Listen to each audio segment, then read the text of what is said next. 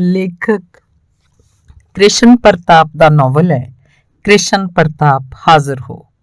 ਅੰਗ 17ਵਾਂ। ਅਗਲੀ ਤਰੀਕ ਆ ਗਈ। ਮਿੱਥੇ ਸਮੇਂ ਤੇ ਦੂਜੀ ਧਿਰ ਦਾ ਵਕੀਲ ਵੀ ਪਹੁੰਚ ਗਿਆ। ਉਹਦੇ ਆਉਣ ਨਾਲ ਮੇਰਾ ਇੱਕ ਭਰਮ ਤਾਂ ਉਦੋਂ ਹੀ ਟੁੱਟ ਗਿਆ ਕਿ ਮੇਰੀ ਵਿਰੋਧੀ ਧਿਰ ਕੇਸ ਨੂੰ ਗੱਲੀ ਬਾਤੀ ਛੱਡਣ ਵਾਲੀ ਨਹੀਂ ਹੈ ਤੇ ਉਹ ਵੀ ਆਪਣਾ ਅੱਡੀ ਚੋਟੀ ਦਾ ਜ਼ੋਰ ਜ਼ਰੂਰ ਲਾਉਣਗੇ। ਭਾਵੇਂ ਕਿ ਮੁਕੱਦਮੇ ਦੀ ਬਹਿਸ ਪੰਜਾਬੀ 'ਚ ਕੀਤੀ ਜਾ ਰਹੀ ਸੀ ਤੇ ਕਿਤੇ-ਕਿਤੇ ਕਾਨੂੰਨੀ ਕਿਸਮ ਦੀ ਅੰਗਰੇਜ਼ੀ ਭਾਸ਼ਾ ਵੀ ਵਰਤੀ ਜਾ ਰਹੀ ਸੀ, ਪਰ ਮੈਨੂੰ ਸਭ ਕੁਝ ਸਮਝ ਲੱਗੀ ਜਾ ਰਿਹਾ ਸੀ। ਵਿਰੋਧੀ ਵਕੀਲ ਨੇ ਇੱਕ ਕੁੰਡੀ ਫੜ ਲਈ। ਆਹ ਵੇਖੋ ਜੀ, ਇਹਨਾਂ ਨੇ ਆਪਣੇ ਜਵਾਬ 'ਚ ਲਿਖਿਆ ਹੈ ਕਿ ਇਸ ਥਾਂ ਉੱਤੇ ਪਹਿਲਾਂ ਵੀ ਗਲੀ ਚੱਲ ਰਹੀ ਸੀ ਤੇ ਖੁਦ ਵੀ ਉਹਨੂੰ ਵਰਤਦੇ ਸਨ। ਜਦ ਇਹ ਆਪ ਹੀ ਮੰਨੀ ਜਾਂਦੇ ਹੈ ਤਾਂ ਫਿਰ ਇਸ 'ਚ ਸ਼ੱਕ ਦੀ ਕੋਈ ਗੁੰਜਾਇਸ਼ ਨਹੀਂ ਰਹਿ ਜਾਂਦੀ ਕਿ ਇਹ ਜਗ੍ਹਾ ਗਲੀ ਦੀ ਨਹੀਂ ਹੈ। ਆਖਦੇ ਹੋਏ ਵਕੀਲ ਨੇ ਜੱਜ ਦੇ ਅੱਗੇ ਪਈ ਫਾਈਲ ਵਿਚਲਾ ਸਬੰਧਤ ਪੰਨਾ ਖੋਲ੍ਹ ਕੇ ਰੱਖ ਦਿੱਤਾ। ਜੱਜ ਨੇ ਹਾਂ 'ਚ ਸਿਰ ਮਾਰਿਆ ਤੇ ਆਪਣੇ ਕਾਗਜ਼ ਉੱਤੇ ਕੁਝ ਨੋਟ ਕਰ ਲਿਆ। ਸਰ, ਜਦ ਇਹ ਗਲੀ 20-25 ਸਾਲ ਦੀ ਚੱਲ ਰਹੀ ਹੈ ਤਾਂ ਇਹਨਾਂ ਨੂੰ ਇਸ ਥਾਂ ਤੇ ਕਬਜ਼ਾ ਕਰਨ ਦਾ ਕੋਈ ਅਧਿਕਾਰ ਨਹੀਂ ਹੈ, ਉਹਨਾਂ ਦਾ ਵਕੀਲ ਬੋਲੀ ਜਾ ਰਿਹਾ ਸੀ। ਸਰ, ਇਹ 20 ਸਾਲ ਪੁਰਾਣੀ ਗੱਲ ਕਰ ਰਹੇ ਨੇ। ਅਜੇ ਕੁਝ ਮਹੀਨੇ ਪਹਿਲਾਂ ਦੀ ਸਰਕਾਰ ਦੁਆਰਾ ਕੀਤੀ ਗਈ ਰਜਿਸਟਰੀ ਤਾਂ ਵੇਖੋ ਤੇ ਆਹ ਇੰਤਕਾਲ ਵੀ ਵੇਖੋ। ਮੇਰੇ ਵਕੀਲ ਨੇ ਆਪਣੇ ਕਾਗਜ਼ ਵਿਖਾਏ। ਸਰ, ਮੈਂ ਇਹ ਸਾਬਤ ਕਰਾਂਗਾ ਕਿ ਇਸ ਜਗ੍ਹਾ 'ਚ ਨਗਰ ਨਿਗਮ ਨੇ ਸੀਵਰੇਜ ਪਾਇਆ ਹੋਇਆ ਹੈ ਤੇ ਇਸ ਜਗ੍ਹਾ 'ਚ ਸਰਕਾਰੀ ਨਾਲੀ ਵੀ ਬਣੀ ਹੋਈ ਹੈ। ਇਸ ਲਈ ਇਸ ਮਸਲੇ ਨੂੰ ਸਟੇ ਕਰ ਦਿੱਤਾ ਜਾਵੇ। ਸਾਡਾ ਵਕੀਲ ਸਟੇ ਦਾ ਵਿਰੋਧ ਕਰ ਰਿਹਾ ਸੀ। ਬਹਿਸ ਸੁਣਦੀ ਹੋਈ ਜੱਜ ਵਿੱਚ ਕੁਝ ਨੋਟ ਕਰ ਲੈਂਦੀ। ਕਈ ਵਾਰ ਦੋਵਾਂ ਵਕੀਲਾਂ ਨੂੰ ਚੁੱਪ ਕਰਵਾ ਕੇ ਆਖੀ ਗਈ ਗੱਲ ਨਾਲ ਸੰਬੰਧਿਤ ਕਾਗਜ਼ਾਂ ਦੀ ਮੰਗ ਕਰ ਲੈਂਦੀ। ਅੰਤ ਆਖਣ ਲੱਗੀ, ਸ਼ਰਮਾ ਜੀ, ਇਸ ਕੇਸ ਨੂੰ ਸਟੇ ਕਰ ਲੈਣ ਦਿਓ। ਮੈਂ ਵਾਅਦਾ ਕਰਦੀ ਹਾਂ, ਮੈਂ ਇਸ ਕੇਸ ਨੂੰ ਪਹਿਲ ਦੇ ਆਧਾਰ ਤੇ ਨਿਪਟਾ ਦੇਵਾਂਗੀ। ਪਰ ਮੇਰੇ ਵਕੀਲ ਨੇ ਇਹ ਆਖ ਕੇ ਨਾ ਕਰਤੀ ਕਿ ਜੇ ਇਹ ਇੱਕ ਵੀ ਸਬੂਤ ਪੇਸ਼ ਕਰਦੇ ਹਨ ਤਾਂ ਸਟੇ ਦੇ ਦਿਓ। ਦੂਜਾ ਵਕੀਲ ਉਸੇ ਵਕਤ ਤਾਂ ਕੋਈ ਵੀ ਸਬੂਤ ਦੇਣ ਤੋਂ ਇਨਕਾਰੀ ਸੀ, ਪਰ ਦਾਅਵਾ ਇਹ ਕਰਦਾ ਰਿਹਾ ਕਿ ਮੈਂ ਭਵਿੱਖ 'ਚ ਜ਼ਰੂਰ ਅਜਿਹੇ ਸਬੂਤ ਪੇਸ਼ ਕਰ ਦੇਵਾਂਗਾ ਜਿਨ੍ਹਾਂ ਤੋਂ ਸਾਬਤ ਹੋ ਜਾਏਗਾ ਕਿ ਇਹ ਜਗ੍ਹਾ ਗਲੀ ਦੀ ਹੈ। ਅੰਤ ਜੱਜ ਨੇ ਦੋਹਾਂ ਵਕੀਲਾਂ ਨੂੰ ਬਹਿਸ ਤੋਂ ਰੋਕ ਦਿੱਤਾ ਤੇ ਆਖਿਆ, ਮੈਨੂੰ ਲੱਗ ਰਿਹਾ ਕਿ ਮਸਲਾ ਦੋ ਗੁਆਂਢੀਆਂ ਦੀ ਆਪਸੀ ਲੜਾਈ ਕਾਰਨ ਪੈਦਾ ਹੋਇਆ ਹੈ, ਇਸ ਲਈ ਇਹਨੂੰ ਮੈਡੀਏਸ਼ਨ ਵਿਚੋਲਗੀ ਵਿੱਚ ਭੇਜਣਾ ਜ਼ਰੂਰੀ ਹੈ। ਕੱਲ੍ਹ ਨੂੰ ਦੋਵੇਂ ਧਿਰਾਂ ਮੈਡੀਏਸ਼ਨ ਸੈੱਲ 'ਚ ਹਾਜ਼ਰ ਹੋਣ। ਜੇ ਇਹਨਾਂ ਵਿਚਕਾਰ ਕੋਈ ਸਮਝੌਤਾ ਨਹੀਂ ਹੁੰਦਾ ਤਾਂ ਮੈਂ ਅਗਲੀ ਤਰੀਕ ਨੂੰ ਸਟੇ ਉੱਤੇ ਆਪਣਾ ਫੈਸਲਾ ਸੁਣਾ ਦੇਵਾਂਗੀ। ਜੱਜ ਦੇ ਨਾਲ ਬੈਠੇ ਰੀਡਰ ਨੇ ਮੇਰੇ ਕੋਲੋਂ ਇੱਕ ਫਾਰਮ ਉੱਤੇ ਦਸਤਖਤ ਕਰਵਾ ਲਏ ਤੇ ਦੂਜੇ ਵਕੀਲ ਨੂੰ ਤਾਕੀਦ ਕਰਤੀ ਕਿ ਕੱਲ੍ਹ ਨੂੰ ਹਰ ਹਾਲਤ 'ਚ ਗੁਰਨੇਕ ਸਿੰਘ ਦਾ ਮੈਡੀਏਸ਼ਨ ਵਿਭਾਗ 'ਚ ਪਹੁੰਚਣਾ ਯਕੀਨੀ ਬਣਾਇਆ ਜਾਏ। ਅਸੀਂ ਅਦਾਲਤ 'ਚੋਂ ਬਾਹਰ ਆਏ ਤਾਂ ਮੇਰੇ ਦਿਮਾਗ 'ਚ ਉਹ ਗੱਲ ਘੁੰਮਣ ਲੱਗ ਪਈ ਕਿ ਸਾਡੇ ਵੱਲੋਂ ਪੇਸ਼ ਕੀਤੇ ਗਏ ਜਵਾਬ ਵਿੱਚ ਇਸ ਜਗ੍ਹਾ ਨੂੰ ਗਲੀ ਕਿਉਂ ਲਿਖਿਆ ਗਿਆ ਸੀ। ਮੈਂ ਵਕੀਲ ਨੂੰ ਵੀ ਪੁੱਛਿਆ। ਉਹ ਖਹਿੜਾ ਜਿਹਾ ਛਡਵਾਉਂਦਾ ਆਖਣ ਲੱਗਾ, ਆਪਣਾ ਅਸਲ ਜਵਾਬ ਤਾਂ ਉੱਪਰਲੇ ਪੈਰਿਆਂ 'ਚ ਹੀ ਦਿੱਤਾ ਹੋਇਆ, ਬਾਕੀ ਤਾਂ ਐਵੇਂ ਭਕਾਈ ਦੇ ਪੈਰੇ ਹੁੰਦੇ ਆ ਜਿਨ੍ਹਾਂ ਦਾ ਆਮ ਤੌਰ ਤੇ ਉਸੇ ਭਾਸ਼ਾ 'ਚ ਹੀ ਜਵਾਬ ਲਿਖ ਦਿੱਤਾ ਜਾਂਦਾ ਹੈ। ਉਹ ਆਪਣੀ ਗੱਲ ਨੂੰ ਗੋਲ ਕਰ ਗਿਆ। ਘਰ ਨੂੰ ਵਾਪਸ ਆਉਂਦਾ ਮੈਂ ਇਸ ਵਿਸ਼ੇ ਤੇ ਕਾਫੀ ਸੋਚਦਾ ਰਿਹਾ। ਘਰਦਿਆਂ ਨੂੰ ਸਭ ਕੁਝ ਦੱਸ ਕੇ ਮੈਂ ਆਪਣੇ ਮੁਕੱਦਮੇ ਵਾਲੀ ਫਾਈਲ ਖੋਲ੍ਹ ਲਈ ਤੇ ਸਾਰੇ ਵਰਕਿਆਂ ਨੂੰ ਦੁਬਾਰਾ ਪੜ੍ਹਨਾ ਸ਼ੁਰੂ ਕਰਤਾ। ਦੂਜੀ ਧਿਰ ਦੁਆਰਾ ਅਦਾਲਤੀ ਭਾਸ਼ਾ ਮੁਤਾਬਕ ਪਹਿਰੇ ਬਣਾ ਕੇ ਮੇਰੇ ਸਾਰੇ ਕੇਸ ਦਾ ਵਰਣਨ ਕੀਤਾ ਗਿਆ ਸੀ ਤੇ ਉਹਨਾਂ ਪਹਿਰਿਆਂ ਦੇ ਜਵਾਬ 'ਚ ਸਾਡੇ ਵੱਲੋਂ ਵੀ ਉਨੇ ਹੀ ਪਹਿਰੇ ਲਿਖੇ ਗਏ ਸੀ। ਪਹਿਲੇ 3-4 ਪਹਿਰੇ ਮਹੱਤਵਪੂਰਨ ਸਨ, ਬਾਕੀ ਤਾਂ ਉਂਝ ਖਾਨਾ ਪੂਰਤੀ ਕੀਤੀ ਗਈ ਸੀ। ਪਰ ਮੈਨੂੰ ਲੱਗਾ ਕਿ ਵਿਰੋਧੀ ਧਿਰ ਦੇ ਵਕੀਲ ਨੇ ਇੱਕ ਗੈਰ ਜ਼ਰੂਰੀ ਲੰਡੂ ਜਿਹੇ ਪਹਿਰੇ ਨੂੰ ਸਹੀ ਢੰਗ ਨਾਲ ਜੱਜ ਅੱਗੇ ਪੇਸ਼ ਕਰਕੇ ਮੇਰੇ ਠੋਸ ਸਬੂਤਾਂ ਵਾਲੇ ਕੇਸ ਨੂੰ ਸ਼ੱਕੀ ਬਣਾ ਕੇ ਰੱਖ ਦਿੱਤਾ ਸੀ। ਮੈਨੂੰ ਇਹ ਵੀ ਡਰ ਵੱਡੋਂ ਖਾਣ ਲੱਗ ਪਿਆ ਕਿ ਸਾਡੇ ਵਕੀਲ ਦੀ ਇਹ ਛੋਟੀ ਜਿਹੀ ਗਲਤੀ ਭਵਿੱਖ 'ਚ ਸਾਡੇ ਤੇ ਭਾਰੂ ਪੈ ਸਕਦੀ ਹੈ। ਵਿਚੋਲਗੀ ਲਈ ਮਿੱਥੇ ਗਏ ਅਗਲੇ ਦਿਨ ਮੈਂ ਦਿੱਤੇ ਸਮੇਂ ਤੇ ਆਪਣੇ ਚਚੇਰੇ ਭਰਾ ਰਮਿੰਦਰ ਨਾਲ ਅਦਾਲਤ 'ਚ ਪੁੱਜ ਗਿਆ। ਮੈਡੀਏਸ਼ਨ ਵਿਭਾਗ ਸੁੰਨਾ ਪਿਆ ਸੀ। ਅਸੀਂ ਉਹਦੇ ਬਾਹਰ ਲੱਗੇ ਰੰਗਦਾਰ ਖੂਬਸੂਰਤ ਪੋਸਟਰ ਤੇ ਇਸ਼ਤਿਹਾਰ ਪੜ੍ਹਨੇ ਸ਼ੁਰੂ ਕਰਤੇ। ਇਹਨਾਂ 'ਚ ਵਿਚੋਲਗੀ ਤੇ ਸਹਿਮਤੀ ਨਾਲ ਕੇਸ ਦੇ ਹੱਲ ਹੋ ਜਾਣ ਦੇ ਬੜੇ ਲਾਭ ਲਿਖੇ ਸੀ। ਇਹਨਾਂ ਮੁਤਾਬਕ ਆਪਸੀ ਸਹਿਮਤੀ ਨਾਲ ਹੱਲ ਹੋਏ ਮਾਮਲਿਆਂ ਕਰਕੇ ਵਕਤ ਤੇ ਪੈਸੇ ਬਚਣ ਦੇ ਨਾਲ ਮਾਨਸਿਕ ਸ਼ਾਂਤੀ ਵੀ ਬਰਕਰਾਰ ਰਹਿੰਦੀ ਹੈ। ਇਹ ਤੋਂ ਇਲਾਵਾ ਅਦਾਲਤਾਂ ਦਾ ਬੋਝ ਵੀ ਘਟਦਾ ਹੈ ਤੇ ਦੇਸ਼ ਦੀ ਤਰੱਕੀ ਵੀ ਹੁੰਦੀ ਹੈ। ਇਹ ਇਸ਼ਤਿਹਾਰ ਬੜੀ ਵਧੀਆ ਢੰਗ ਨਾਲ ਤੇ ਬੜੇ ਦਿਲ ਟੁੰਬਵੇਂ ਸ਼ਬਦਾਂ 'ਚ ਪੇਸ਼ ਕਰਕੇ ਕੰਧਾਂ ਤੇ ਚਿਪਕਾਏ ਗਏ ਸੀ। ਦੂਜੀ ਧਿਰ ਵੱਲੋਂ ਗੁਰਨੇਕ ਤੇ ਜਪਨਾਮ ਆਏ ਸੀ। 12 ਵਜੇ ਤੱਕ ਅਸੀਂ ਕਿਸੇ ਸਬੰਧਤ ਅਧਿਕਾਰੀ ਦੇ ਆਉਣ ਦੀ ਉਡੀਕ ਕੀਤੀ। ਅੱਕ ਕੇ ਮੈਂ ਕਮਰੇ 'ਚ ਜਾ ਕੇ ਕਲਰਕ ਨੂੰ ਆਪਣੇ ਮੁਕੱਦਮੇ ਬਾਰੇ ਪੁੱਛ ਲਿਆ। ਉਹਨੇ ਬੜੇ ਵਧੀਆ ਸਲੀਕੇ ਨਾਲ ਗੱਲ ਕੀਤੀ ਤੇ ਨਾਲ ਹੀ ਫੋਨ ਮਿਲਾ ਲਿਆ। ਫੋਨ ਤੇ ਗੱਲ ਕਰਨ ਤੋਂ ਬਾਅਦ ਆਖਣ ਲੱਗਾ, ਬਸ 5-7 ਮਿੰਟਾਂ 'ਚ ਹੀ ਵਕੀਲ ਸਾਹਿਬ ਪੁੱਜ ਜਾਣਗੇ। ਉਹ ਆਪਣੇ ਦਫ਼ਤਰੋਂ ਇੱਧਰ ਨੂੰ ਤੁਰੇ ਹੋਏ ਨੇ। 5 ਮਿੰਟਾਂ ਬਾਅਦ 3 ਜਣੇ, ਜਿਨ੍ਹਾਂ 'ਚ ਇੱਕ ਔਰਤ ਵੀ ਸੀ, ਉਸ ਕਮਰੇ 'ਚ ਵੜ ਗਏ ਤੇ ਸਾਨੂੰ ਆਵਾਜ਼ ਪੈ ਗਈ। ਅਸੀਂ 4 ਜਣੇ ਕਮਰੇ 'ਚ ਚਲੇ ਗਏ। ਉਹ ਤਿੰਨੇ ਜਣੇ ਸਾਹਮਣੀਆਂ ਸੀਟਾਂ ਤੇ ਬੈਠੇ ਸੀ। ਉਹਨਾਂ ਨੇ ਸਾਨੂੰ ਦੋਵਾਂ ਧਿਰਾਂ ਨੂੰ ਮੇਜ਼ ਦੇ ਸੱਜੇ ਖੱਬੇ ਵਾਲੇ ਪਾਸੇ ਬੈਠਣ ਲਈ ਆਖਿਆ ਤੇ ਦੋਵੇਂ ਧਿਰਾਂ ਨੂੰ ਇਸ ਮਾਮਲੇ ਬਾਬਤ ਸਵਾਲ ਕਰਨੇ ਸ਼ੁਰੂ ਕਰਤੇ। ਮੈਂ ਆਪਣੇ ਸਾਰੇ ਸਰਕਾਰੀ ਦਸਤਾਵੇਜ਼ ਤੇ ਹੋਰ ਕੀਤੀਆਂ ਗਈਆਂ ਸ਼ਿਕਾਇਤਾਂ ਤੇ ਕਾਪੀਆਂ ਲੜੀਵਾਰ ਪੇਸ਼ ਕਰ ਦਿੱਤੀਆਂ। ਉਹ ਦੋਵੇਂ ਖਾਲੀ ਹੱਥ ਆਏ ਸੀ। ਵਿਚਕਾਰ ਬੈਠੇ ਅਧਿਕਾਰੀ ਨੇ ਤਾਂ ਕੇਸ ਨੂੰ ਸਮਝਦੇ ਹੋਏ ਉਹਨਾਂ ਦੋਵਾਂ ਤੇ ਵਿਅੰਗ ਵੀ ਕੱਸਤਾ। ਜਨਾਬ, ਤੁਸੀਂ ਵੀ ਕੁਝ ਪੇਸ਼ ਕਰੋ, ਨਹੀਂ ਤਾਂ ਕੱਲ ਨੂੰ ਆਖੋਗੇ ਅਸੀਂ ਤਾਂ ਖਾਲੀ ਹੱਥੀ ਰਗੜੇ ਗਏ। ਅੱਜ ਪਹਿਲੀ ਵਾਰ ਸੀ ਮੈਂ ਕਿਸੇ ਕਾਨੂੰਨੀ ਅਥਾਰਟੀ ਨੂੰ ਆਪਣੀ ਸਾਰੀ ਕਹਾਣੀ ਪੂਰੀ ਮੁਸਤੈਦੀ ਨਾਲ ਸੁਣਾਈ ਤੇ ਦੂਜੀ ਧਿਰ ਵੀ ਜਵਾਬ ਦੇਣ ਲਈ ਸਾਹਮਣੇ ਬੈਠੀ ਸੀ, ਪਰ ਉਹ ਲਾਜਵਾਬ ਸੀ। ਸਾਡੇ ਦੋਹਾਂ ਭਰਾਵਾਂ ਦੇ ਚਿਹਰੇ ਤੇ ਜਿੱਤ ਦੇ ਭਾਵ ਸੀ ਤੇ ਸਾਹਮਣੀ ਧਿਰ ਦੀ ਸ਼ਰਮਿੰਦਗੀ ਉਹਨਾਂ ਦੇ ਚਿਹਰਿਆਂ ਤੋਂ ਸਾਫ਼ ਝਲਕ ਰਹੀ ਸੀ। ਸਾਰੀ ਬਹਿਸ ਸੁਣਨ ਤੋਂ ਬਾਅਦ ਤਿੰਨਾਂ ਜਣਿਆਂ ਦੇ ਨਾਲ ਦੇ ਕਮਰੇ 'ਚ ਜਾ ਕੇ ਸਲਾਹ ਮਸ਼ਵਰਾ ਕੀਤਾ। ਫਿਰ ਆ ਕੇ ਵਿਚਕਾਰ ਬੈਠੇ ਸ਼ਖਸ ਨੇ ਫੈਸਲਾ ਸੁਣਾ ਦਿੱਤਾ। ਵੇਖੋ ਜੀ, ਇਹ ਹੈ ਮੈਡੀਏਸ਼ਨ ਵਿਭਾਗ। ਇੱਥੇ ਅਸੀਂ ਸਿਰਫ ਸਮਝੌਤਾ ਕਰਵਾ ਸਕਦੇ ਹਾਂ। ਅਸੀਂ ਆਪਣਾ ਫੈਸਲਾ ਤੁਹਾਡੇ ਤੇ ਥੋਪ ਨਹੀਂ ਸਕਦੇ। ਸਾਡੀ ਸਾਰੀ ਜਾਂਚ ਤੇ ਫੈਸਲੇ ਮੁਤਾਬਕ ਇਹ ਜਗ੍ਹਾ ਕ੍ਰਿਸ਼ਨ ਪ੍ਰਤਾਪ ਦੀ ਬਣਦੀ ਹੈ, ਉਹਨੂੰ ਮਿਲਣੀ ਚਾਹੀਦੀ ਹੈ। ਮੁਦਈ ਵੱਲੋਂ ਕੀਤੀ ਮੰਗ ਅਨੁਸਾਰ ਅਸੀਂ ਮੁਦਾਇਲਾ ਨੂੰ ਇਹਦੀ ਰਜਿਸਟਰੀ ਅਨੁਸਾਰ ਖਰੀਦੀ ਹੋਈ ਜਗ੍ਹਾ ਕਾਨੂੰਨੀ ਤੌਰ ਤੇ ਗਲੀ ਵਾਸਤੇ ਛੱਡਣ ਲਈ ਮਜਬੂਰ ਨਹੀਂ ਕਰ ਸਕਦੇ। ਤੱਥਾਂ ਅਨੁਸਾਰ ਇਹ ਕੇਸ ਜਾਣਬੁੱਝ ਕੇ ਰੰਜਨ ਕੀਤਾ ਗਿਆ ਹੈ। ਇਹ ਮੁਕੱਦਮਾ ਖਾਰਜ ਕੀਤਾ ਜਾਣਾ ਬਣਦਾ ਹੈ ਤੇ ਮੁਦਾਇਲਾ ਦੀ ਪੂਰੀ ਜਗ੍ਹਾ ਉਹਨੂੰ ਮਿਲਣੀ ਚਾਹੀਦੀ ਹੈ। ਇਹ ਸਾਡਾ ਫੈਸਲਾ ਹੈ, ਬਾਕੀ ਤੁਸੀਂ ਸੋਚਣਾ ਹੈ। ਇਹ ਗੱਲ ਉਹਨੇ ਗੁਰਨੇਕ ਤੇ ਜਪਨਾਬ ਨੂੰ ਸੰਬੋਧਿਤ ਹੁੰਦੇ ਆਖੀ।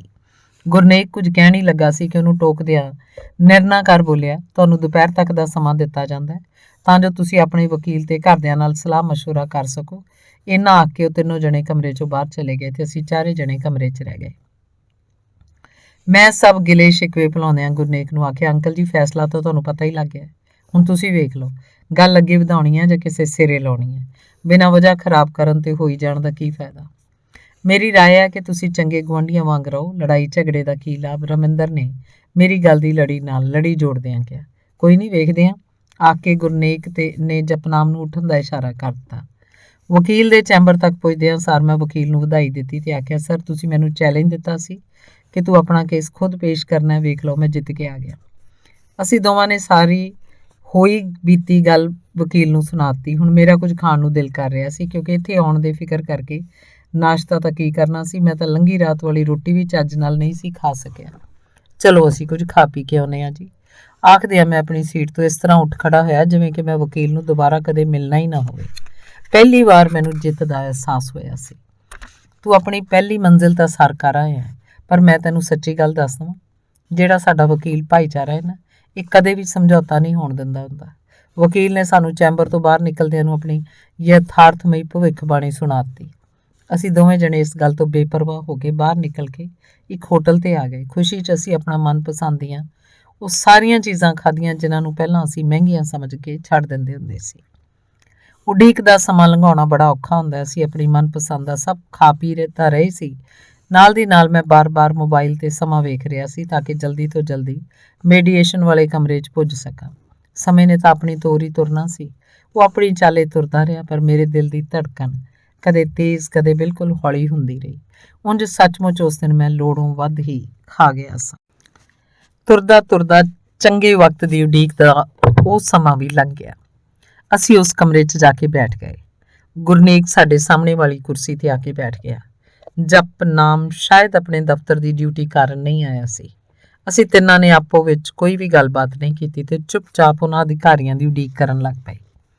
ਅੱਧੇ ਕੁ ਘੰਟੇ ਬਾਅਦ ਉਹ ਵਿਅਕਤੀ ਆਇਆ ਜਿਹੜਾ ਤਿੰਨਾਂ ਸੀਟਾਂ ਦੇ ਵਿਚਕਾਰ ਬੈਠਾ ਸੀ। ਉਹਨੇ ਆ ਕੇ ਬਹਿੰਦਿਆਂ ਸਾਰ ਮੈਨੂੰ ਪੁੱਛਿਆ, ਤੁਹਾਨੂੰ ਮੇਰਾ ਫੈਸਲਾ ਮਨਜ਼ੂਰ ਹੈ ਕਿ ਅਦਾਲਤ ਤੋਂ ਕਰਵਾਉਣਾ ਚਾਹੁੰਦੇ ਹੋ?